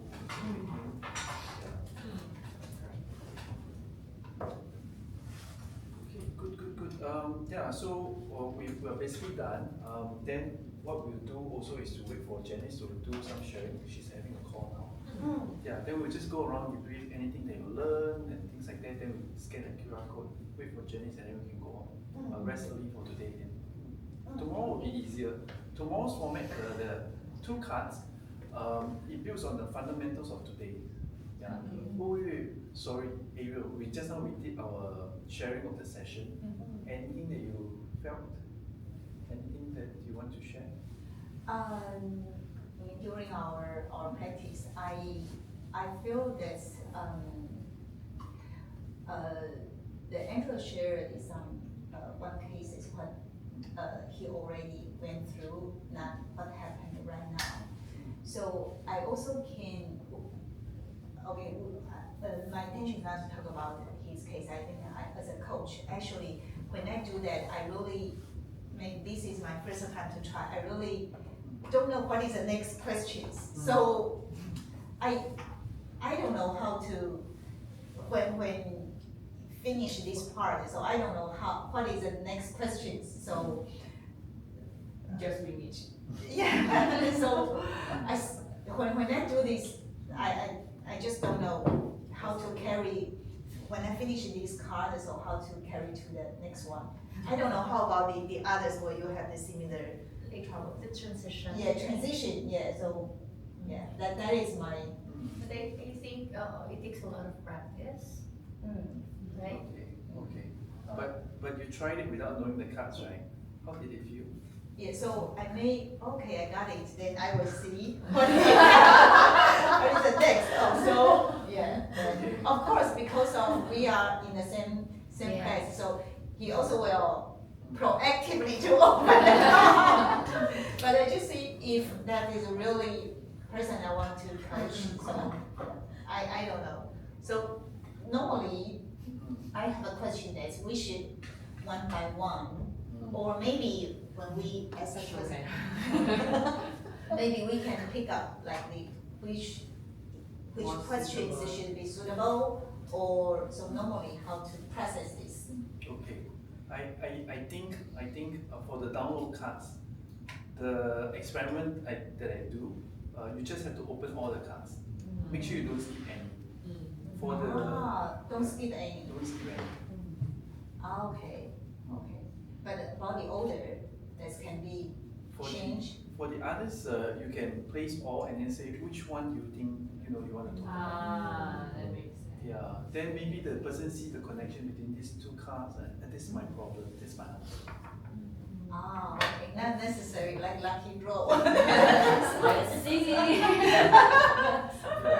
I think also what Ariel was saying, like I think possibly like the download cards, right? Like it's a bit awkward. Like okay, they finish talking already, then okay, should I open now? Right? Yeah. So but I see what Jace did with myself was like, okay, yeah, I see. Like the part where they acknowledge. They say, I see, thank you for sharing. If it's something that's more difficult, then you can possibly thank the person for being open to share. I think that also encourage the person to share even more. So then when we say, oh, thank you, then it's like, let's go on to the next card. And then that's where you open the next card. Then that is like less awkward, like, maybe? When you run out of questions, flip the next card. Okay. So Paul needed to the download card need to. Oh yes. Oh, okay. Yes. And Angela was sharing that automatically he has all the questions. Okay. But maybe when he answered these questions, maybe also will automatically talk more about the other things that maybe already answered the other questions. So when we go to that, we can can pass it faster or something like that. Correct. Okay. Yes. And what Adrian was sharing, right, was the explain card. Felt like there were more questions also. So using that to, the person can find his own answer. It kind of triggers me to ask more questions when I saw the explain cards. Okay, very good. Right, so right now we do the round table debrief. Robert wants to start first. Robert start first. Okay. Coming from an ICF background, this is very different. And it makes life easier. Yeah. Makes life a lot easier. I mean, if you have done an ICF, then you realize that it's not easy. You have to think on your feet, and at the same time, you have to thinking and listening at the same time. Not easy. Yeah. Now, most of the things are here, and then if you practice the cards long enough, then follow-up questions are actually not difficult. Good. Thank you for sharing. I also have a question. In case of the coachee, when he or she come here, it was forced, but you mentioned about the willing to already for the coach. Yeah. So if there is a case when we starting from this, what is your current challenge or something, if he really no idea, not ready for that, so Don't coach. no coach. Don't coach. Yeah. Because the person don't need it at all. Don't need it at all. Correct. Okay. And if you really want to coach, remember you need to connect before you correct. Yeah. Don't give suggestion until you can connect with the person. Okay. Yeah. So even already say that we just start Yeah. and we just finished. Yeah. Okay. So last week or the week before, I was doing for some government officials. So everybody was put through, but only a few wants to talk. Those who wants to talk really got the knowledge. Wow, they got all the things solved. Those who don't want, then we talk about motorcycles, we talk about trips or family, then just close it. Okay. We still have some conversation, Yes. relaxed conversation, something like that. Then correct. we finish the conversation. Okay. And also it's easier if the coach is outside the company. Yes. Plus, if coachee also needs to have their personality trait thingy ready, or can the coach thing just be done by his own? Like, does it have to go hand in hand? It don't have to. It's used independently. Yeah, but at certain point of time, you want to point to, for example, blind spots. Yeah, there are different ways of doing it. Sometimes some people is that, we come to this part of questions and then asking about blind spot, you're not sure. Then you could say, hey, why don't you take this test? Or take any other test. Then you give it to them. There's the other way, which is the way I prefer, is before we start, we take the questionnaire first. Yeah, so we know that nothing has changed in between our discussion. Yeah. Then at the right moment, introduce it. One more thing, that's in case of the coachee always when he answer or she answer the questions, or he just ask how do you think or something like, immediately invite your input or would like to get some recognized opinion, recognize something. He is seeking for that during the conversation. Yeah. So normally, what is the response to that? Yeah, I'll push it to the explain stage, not the download stage. Yeah, if you try to explain, it interrupts the flow. The download stage is for you to really find out what is the problem. Download the problem. Correct, download the problem. So in the past, the textbook that we have has this U-shaped curve. So where to eat for lunch is here. Yeah. Then you have to go down to the part until you're very sure. Then you U-turn to address this point. Yeah, we call it the U-turn curve. Yeah. So too many things to remember. Okay. So that means if this person is continuously to ask for your opinion or something, maybe we just want to. Yeah, I've noted your question. I would answer you later. Okay. So still wait until we explain that. Yes, you can explain everything. Good. Okay, debrief time. Anybody else? Adrian? So as I was saying, I think practice makes perfect. So I think, second time around coming in, I think I find it easier to distinguish between the different traits. That's one, and then the other one is also I'm learning is active listening. So I better do a better job of active listening. So then the question I would have is that, see, so as a coach, when you receive a coaching, does it help if the problems are probably fairly typical? Family, work, colleagues, stress, fairly typical. So does it help that we sort of run through in our head what are these typical scenarios, and then prepare drawer questions in our head, and then to go into the meeting. Like, okay, I think this problem is going to be about work stress. So then what are the sort of typical questions in my head that I need to prepare for? Does it help, or it's just counterproductive? I think it leads to certain assumption and biasness. Yes. That's a big problem. That's true. Although when I was practicing with her, right, I more or less like know why I want her to be in track. So I think having certain knowledge of certain things help. And also before I forget, I say first, the more you practice with this kind, the more people will recognize you as a coach, and then prefer friends. So the key important thing, also before I forget, When do you start charging? they will ask you how much do I pay? You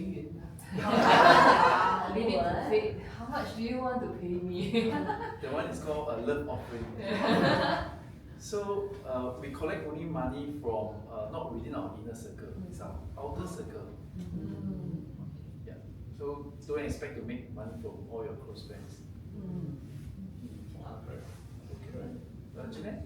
I find that the questions are quite self-explanatory. The challenge I find will be really injecting the right questions at the right time. So I think maybe for Tricia example, it was on a particular staff within her company. So there was a question on whether you're a parent, adult, or child, and she went on quite quickly that I'm a parent. So and then the counter question was asked. So what if you were to switch to adult? And I think I saw aha, like, oh, I think I can do that. So I think that kind of lead on. So I think as a coach, like what Adrian mentioned, active listening is very important. Amidst the information download from the coaching, you need to be able to inject the right question at the right time. Okay, good. Thank you for sharing. So for me, I think that the step, right, the download, explain, explore, progress, perhaps because I didn't like go through everything, right? So I spend too much energy, try to kickstart the investigation and solution and download. I should have used the download to just do fact finding, like just gather all the facts. Then explain is where I investigate. Explore, I start to work with the person to find some solution. Then progress will lead to closure. So this is how I will use it for next time. Yeah, okay, good. Sounds good. I think for myself, it's like, I think active listening is not a problem, right? When your friends tell you problem, then you listen, then you sort of probe them more questions. But this sort of like helps to really unload the question to a deeper level, which I think is an interesting thing for me. Like, because it's not just like surface. You sort of like listen to them like blah blah blah blah blah. Then you're like, oh okay, wow, okay, it's just this way, right? So it doesn't exactly solve like the deeper issue, root issue of the problem. So, but when these cards comes to play, the right questions comes out, and then they would be able to even go deeper to the questions or the problems that they have, and that's where I guess you would be more efficiently able to solve their problem, and they solve their own problem more. Yeah. Okay, thanks, Dave.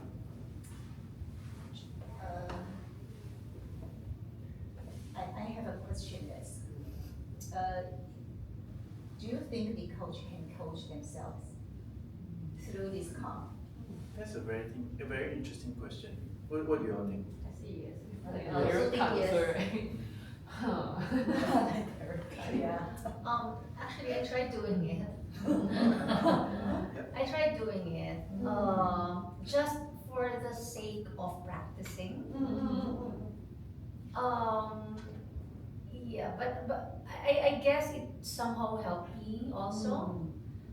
for me to get familiarized with the cards, it's really more on me practicing the process. Yeah. Like me not being, a coachee, but me wearing the hat of a coach. For me to be confident, I must be able to know what's written here. That's my purpose. That's my why on why I use this to coach myself. But coaching, I don't know. Coaching I mean, myself. If I may add, was that the cards, how it would help me is that because I think I have a tendency to when I see a problem or face a question or something, my mind would just go around in circles like a washing machine. So these cards kind of will like inject into the wedge the whole thing, and then it breaks my cycle, and then I think of something else. Otherwise, it just goes again and again and again, and then you are beating yourself up, Whereas sort of wedge something into it, I feel. That's why. But if you ask me, can this card be used to coach yourself? I don't think so. The problem is for we ourselves, whenever, let's say for example, if I were to take this card and I take a look, I already have preconceived ideas. So I will allow my preconceived ideas to form what I want to answer. Yeah. So that's a bit of difficult out there. For me, I think it's possible because I think I am like wired this way. Like anything happen, I will need to get all the facts first. This is the first logic. Then I will start to look at the workflow, which I investigate. Then I will come up with solutions. Then I will close the process. Maybe it's my work nature. So whether I use this card or not, I think it's a possible process to do it on your own. I also use it on my personal problems, like family problem, other problems. So I think it works for me. I think it works to some extent. We all think about certain problems, and as coaches, we think of these problems deeply, right? But there's always this thing about blind spot. There's still maybe one step that it takes one person to say, maybe I haven't considered this. Yeah, then yeah. So that's why. Only 90%. Correct. It depends on how many blind spots you have. Maybe 90%, maybe 50% only. And whether you know what your work is for. Exactly. Trisha? Again, it gives me structure. So that's the importance of the card. But probably what I'd like to share is that when we go through the coaching and all, since we're rather new in this, let's not stress ourselves in coming up with questions. Sometimes we worry so much, what's the next question? Did I throw the right question? So sometimes we're like that, no? We keep on pushing ourselves to be a coach. So let's just probably be natural, and again, practice makes it perfect. Or yeah, so I guess that's it. That's it from Something like the interview when you, as a new manager, to start. Awkward. You are hear the next question, Yes. so you may cannot focus on to listening to others. But when you get familiar, so you can focus on the response, Right, and you will automatically know what is the next questions you want to ask. So it's the same thing, right? Like this. Okay. And I'd like to add again, we have to be observant also. I mentioned this a while ago on the behavioral, body language. Like when we notice that, oh, she's teary-eyed. Let's think of other, questions that would, Ease the person. yeah. Good. Okay. So now this point is actually teaching you how to make more money. So the PNTCO process, PNTCO, how to make money for coaching or any other related stuff. Again, I need somebody to practice with. Who is Sure. I'm okay. Sure. What's more? I'm ready.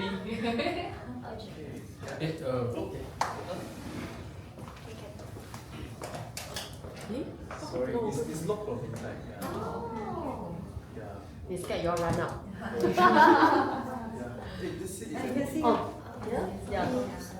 So, Janice, you can give me 5 minutes. If you can give me 5 minutes. So I'm just rounding up with the PMT skill process. Yeah. So, Charlotte, Yes. we need to have a pinpoint. What do you think is the pinpoint that you want to discuss on? Should we do the first topic then? Which is the first topic? The first Lunch. Lunch. Dinner. dinner. Okay, dinner, lunch, the pinpoint, right? Yeah. Okay, so P stands for pain. I'll write small P. Okay, tell me about the pinpoint. Very briefly. The communal dining part. Or how should I start? Okay, yeah, the communal dining part is affecting you, and we all understand that it relates to how you feel comfortable or uncomfortable, and that leads to, for example, lower productivity and things like that. Okay, and have you seek medical treatment with regards to this? No. Okay. Not exactly medical treatment. No. Okay. Does it affect you in other ways that you are spending more time and more money elsewhere, going to the gym? Not really. It's just more prepping before lunch.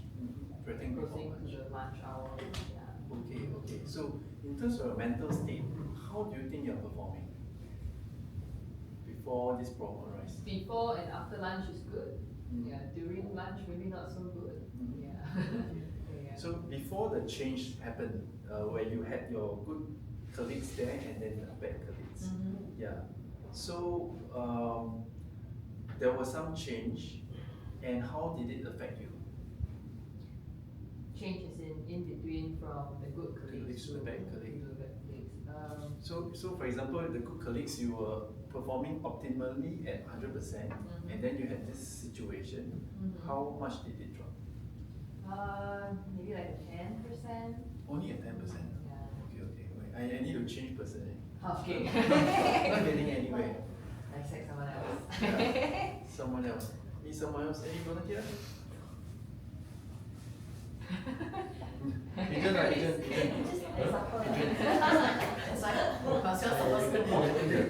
I think agent. Okay. Let's talk about the pain point. What current pain point are you facing right now?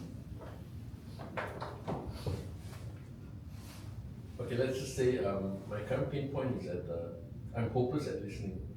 Hopeless at I don't listen well. Okay. So how does that affect you? I think it affects me as in I do not respond appropriately, or perhaps I don't even know how to respond now. Okay. Because whenever a person is talking, I'm thinking behind my head, what should I be saying next? So hence I'm not absorbing nor am I understanding. Okay. So hence I am not listening, definitely not actively listening. Yeah. Okay. So is it affecting you in your life, your relationship, as well as your career? Could you tell me more? I think everything, it affects my life. Yeah. So if, let's say I'm in a Zoom call, you will lose me in 5 minutes. Okay. If you're talking to me, telling me motherhood story, you will lose me in 5 minutes. Okay. We will not Zoom on the lunch. Lunch gone already. Okay. Yeah. So that affects your career as well, right? Yeah. Okay. So tell me how it affects your career or your business, for example.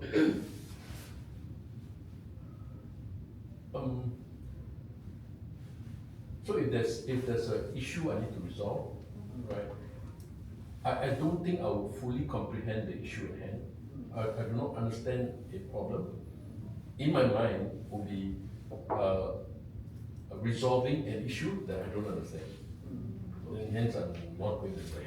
Okay. Hence, it's stopping my business. Right. Yeah. And what was your potential business sales target that you were looking at? What were you hoping to achieve making? Or at least 10 times of that. Okay, which is, give me a figure. Let's just say $5,000 a month. Okay, 5,000. And in 12 months, it would be, Say again? in 1 year, which is 12 months, that will be how much? 60 grand. 60 grand, okay, good. So I got the pain, I got the numbers, right? The second one is numbers.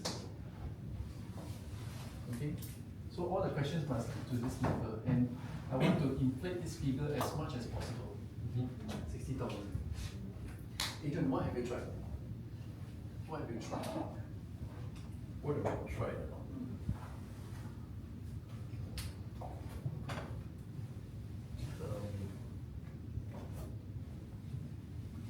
To solve this problem? Or what have I tried to solve this problem? Yes.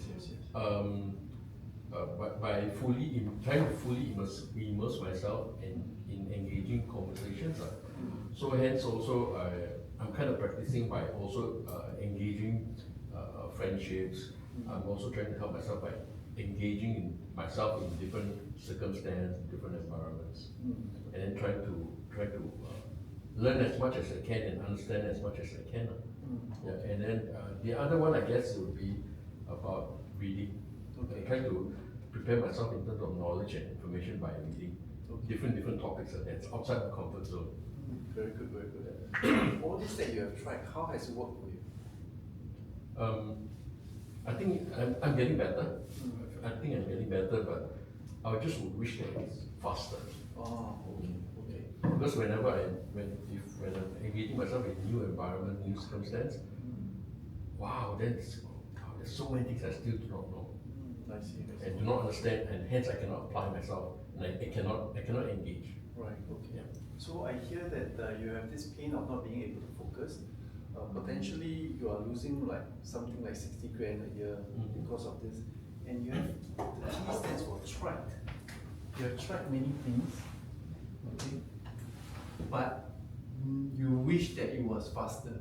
That's correct. Alright, okay. So this is the time where I introduce myself. My name is Jace Tan, and I've been helping people like you solve this problem through various methods and things like that. Okay. And I've been in this industry for the last 22 years, and I have a lot of success cases. So this is where I introduce credibility. Credibility, okay?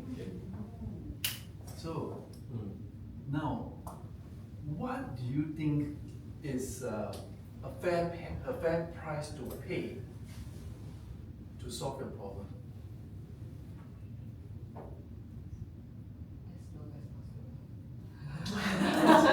People will have that in mind. Yes. Right. But to solve that, how much do you think it's a lifetime of a challenge, right? How much do you think you are willing to pay? Well, I've never ventured this, but I think a good statistical number that perhaps is my ignorant comfort zone would be, let's say, 10% of 60,000. 10% of 60,000. So it doesn't sound like it's something that's I'm being scammed or Okay. So statistically, it feels reasonable. So you're prepared to pay $6,000, right? Okay. Then O stands for offer. Guess what, Adrian? Discount. Only available for Just first for you. hour. Only today only. Yeah. So if I say that, I will 50% chance of booking him. Oh. But to offer him, actually the price that I was thinking is $3,000. Oh. Yeah.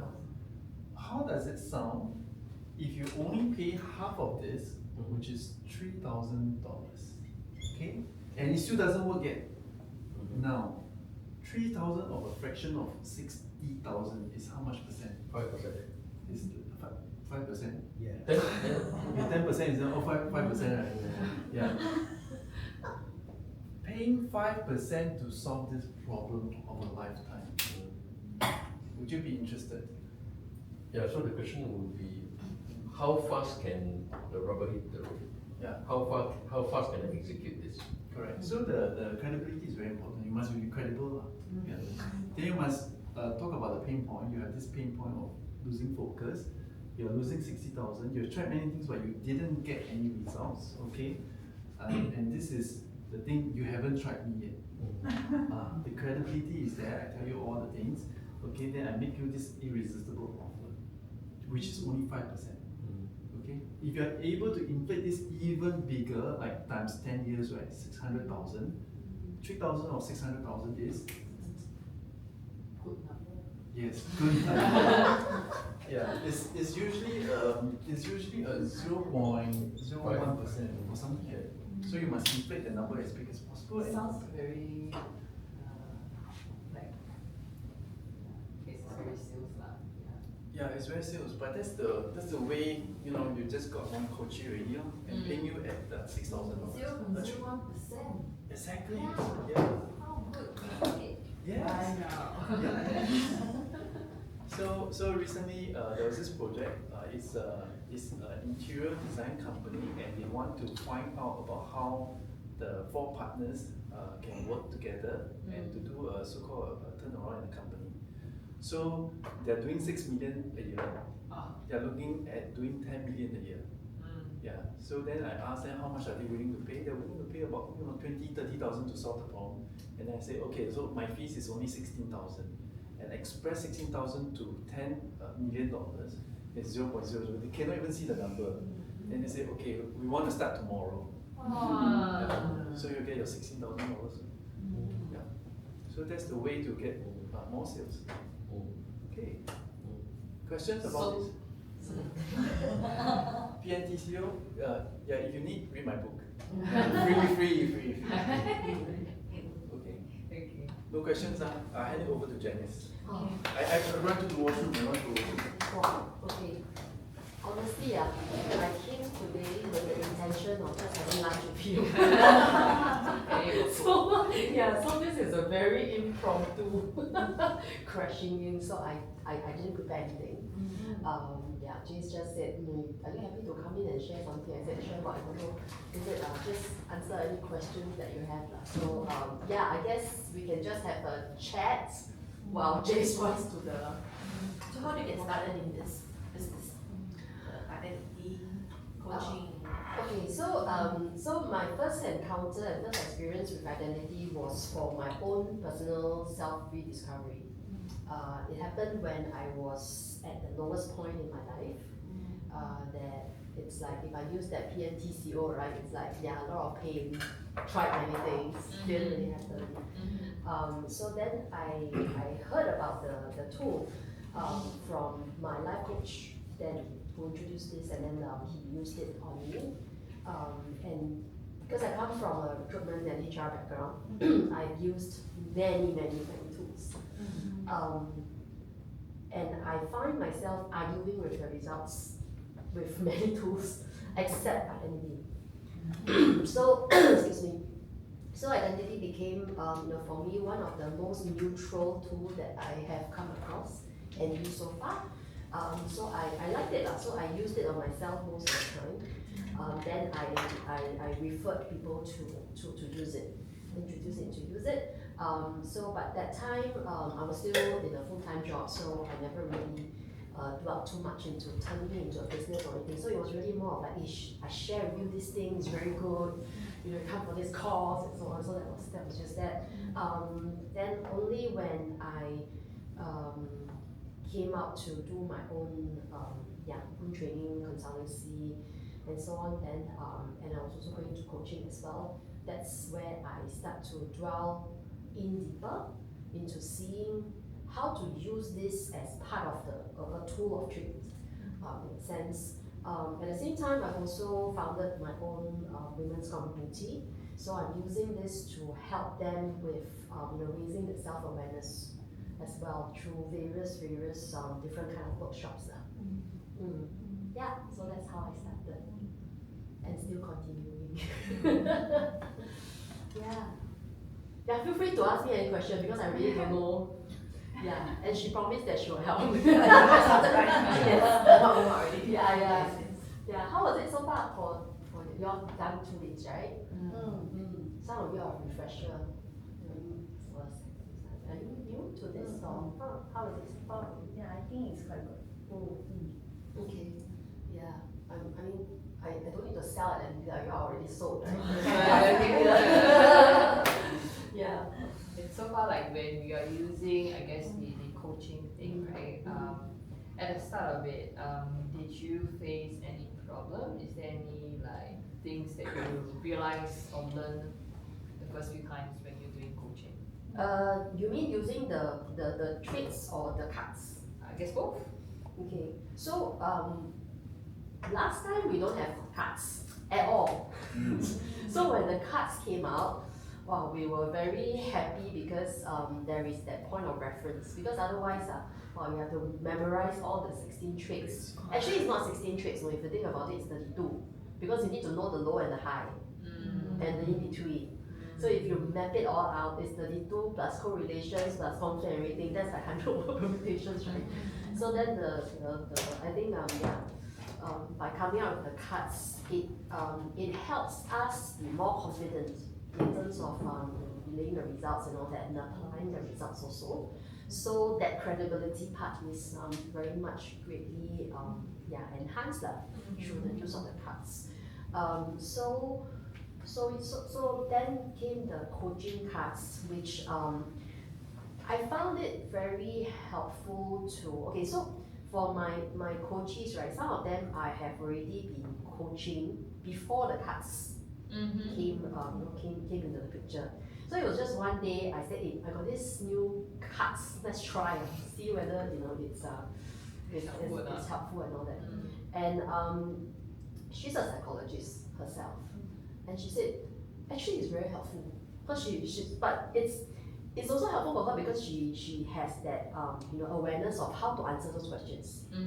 Like she will see the parent-child, what's that exact term? The parent-child, adult child. She will flip the card. She say, okay, I know what you are getting to, and then she will verbalize it herself, right? So I think it's helpful for the situations where sometimes the coaches are stuck.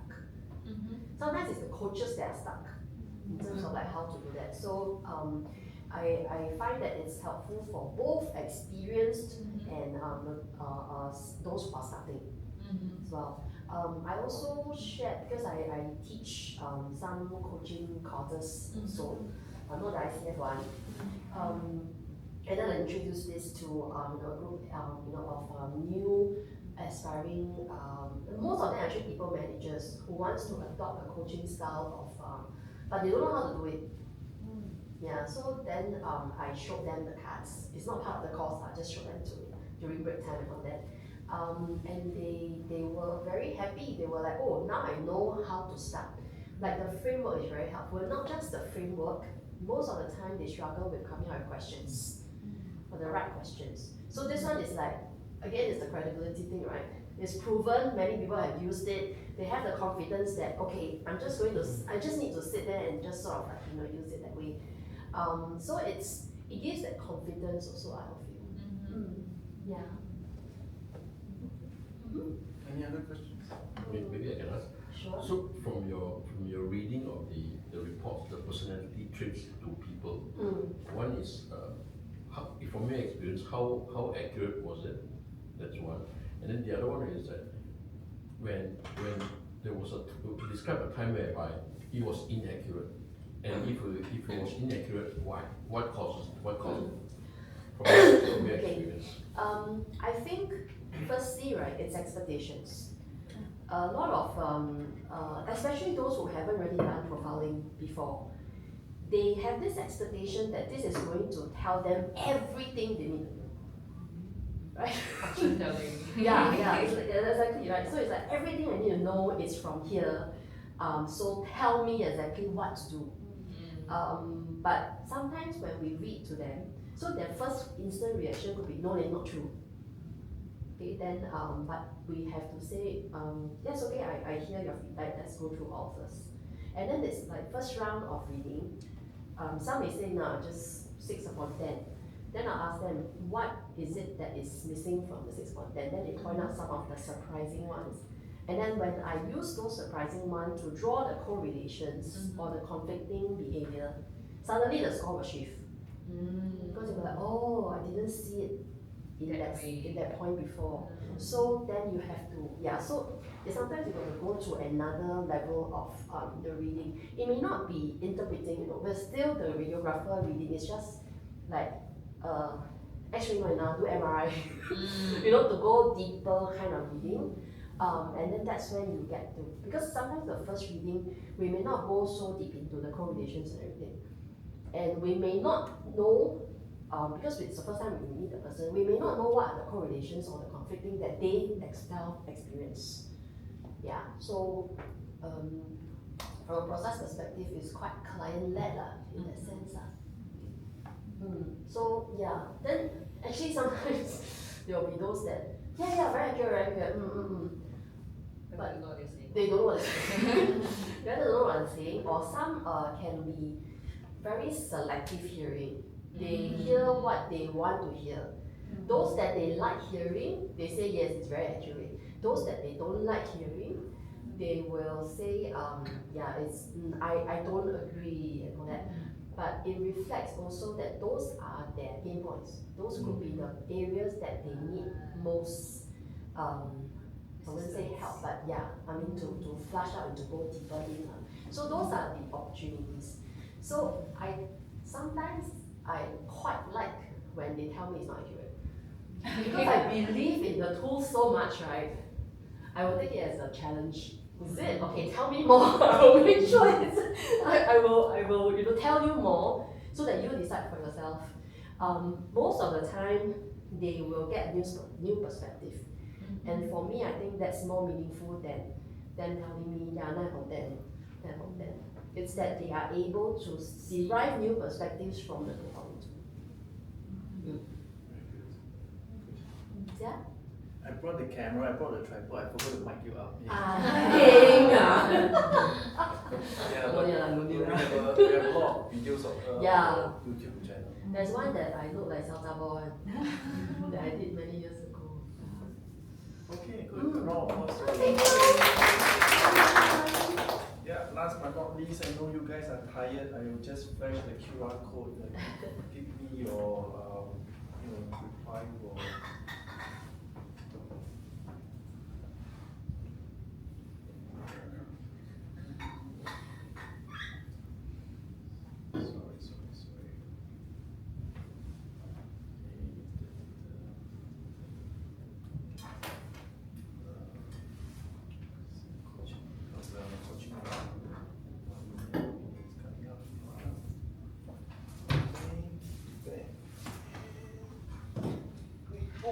What's the QR code? Oh, goodness. Next slide. I think it's underneath. Fresh. Yeah. Yes. Yes.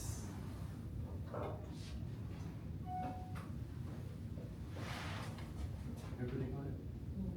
Okay, give the feedback. Anything that you need to adjust?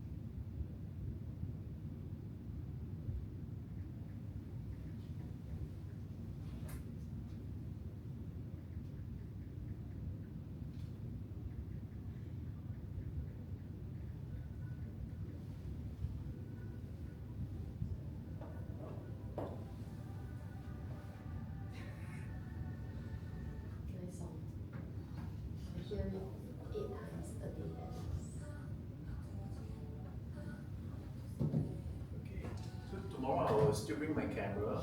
And yeah, if you are okay to give your testimony and things like that, I'll combine to the usual video highlights. Then can share with other people.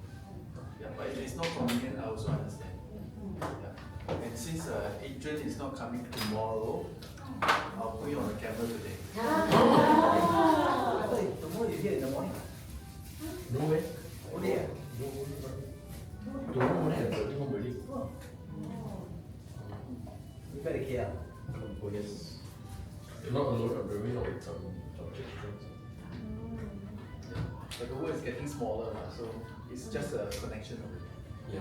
Okay, very good, very good. So yeah, that's the end for today's class. Thank you. So yeah, see you tomorrow. Have a good rest.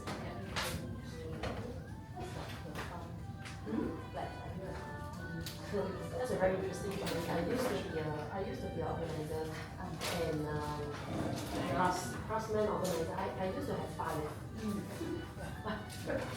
Yeah, but that was also very hard.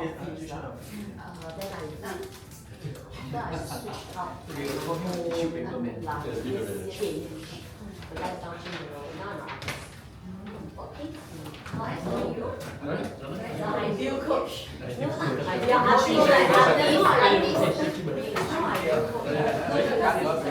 I will so I'm just curious because you need to do the ideal coach. I used to be the investigator, organizer, and actually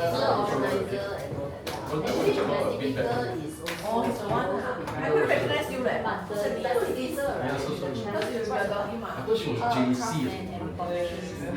Big bad. So for you, right, the craftsman, because the craftsman and the perfectionist can be like quite related. You want to do a perfect job. And then how do you do a perfect job is you keep doing it.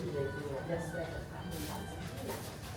So you need to reduce the need for perfection.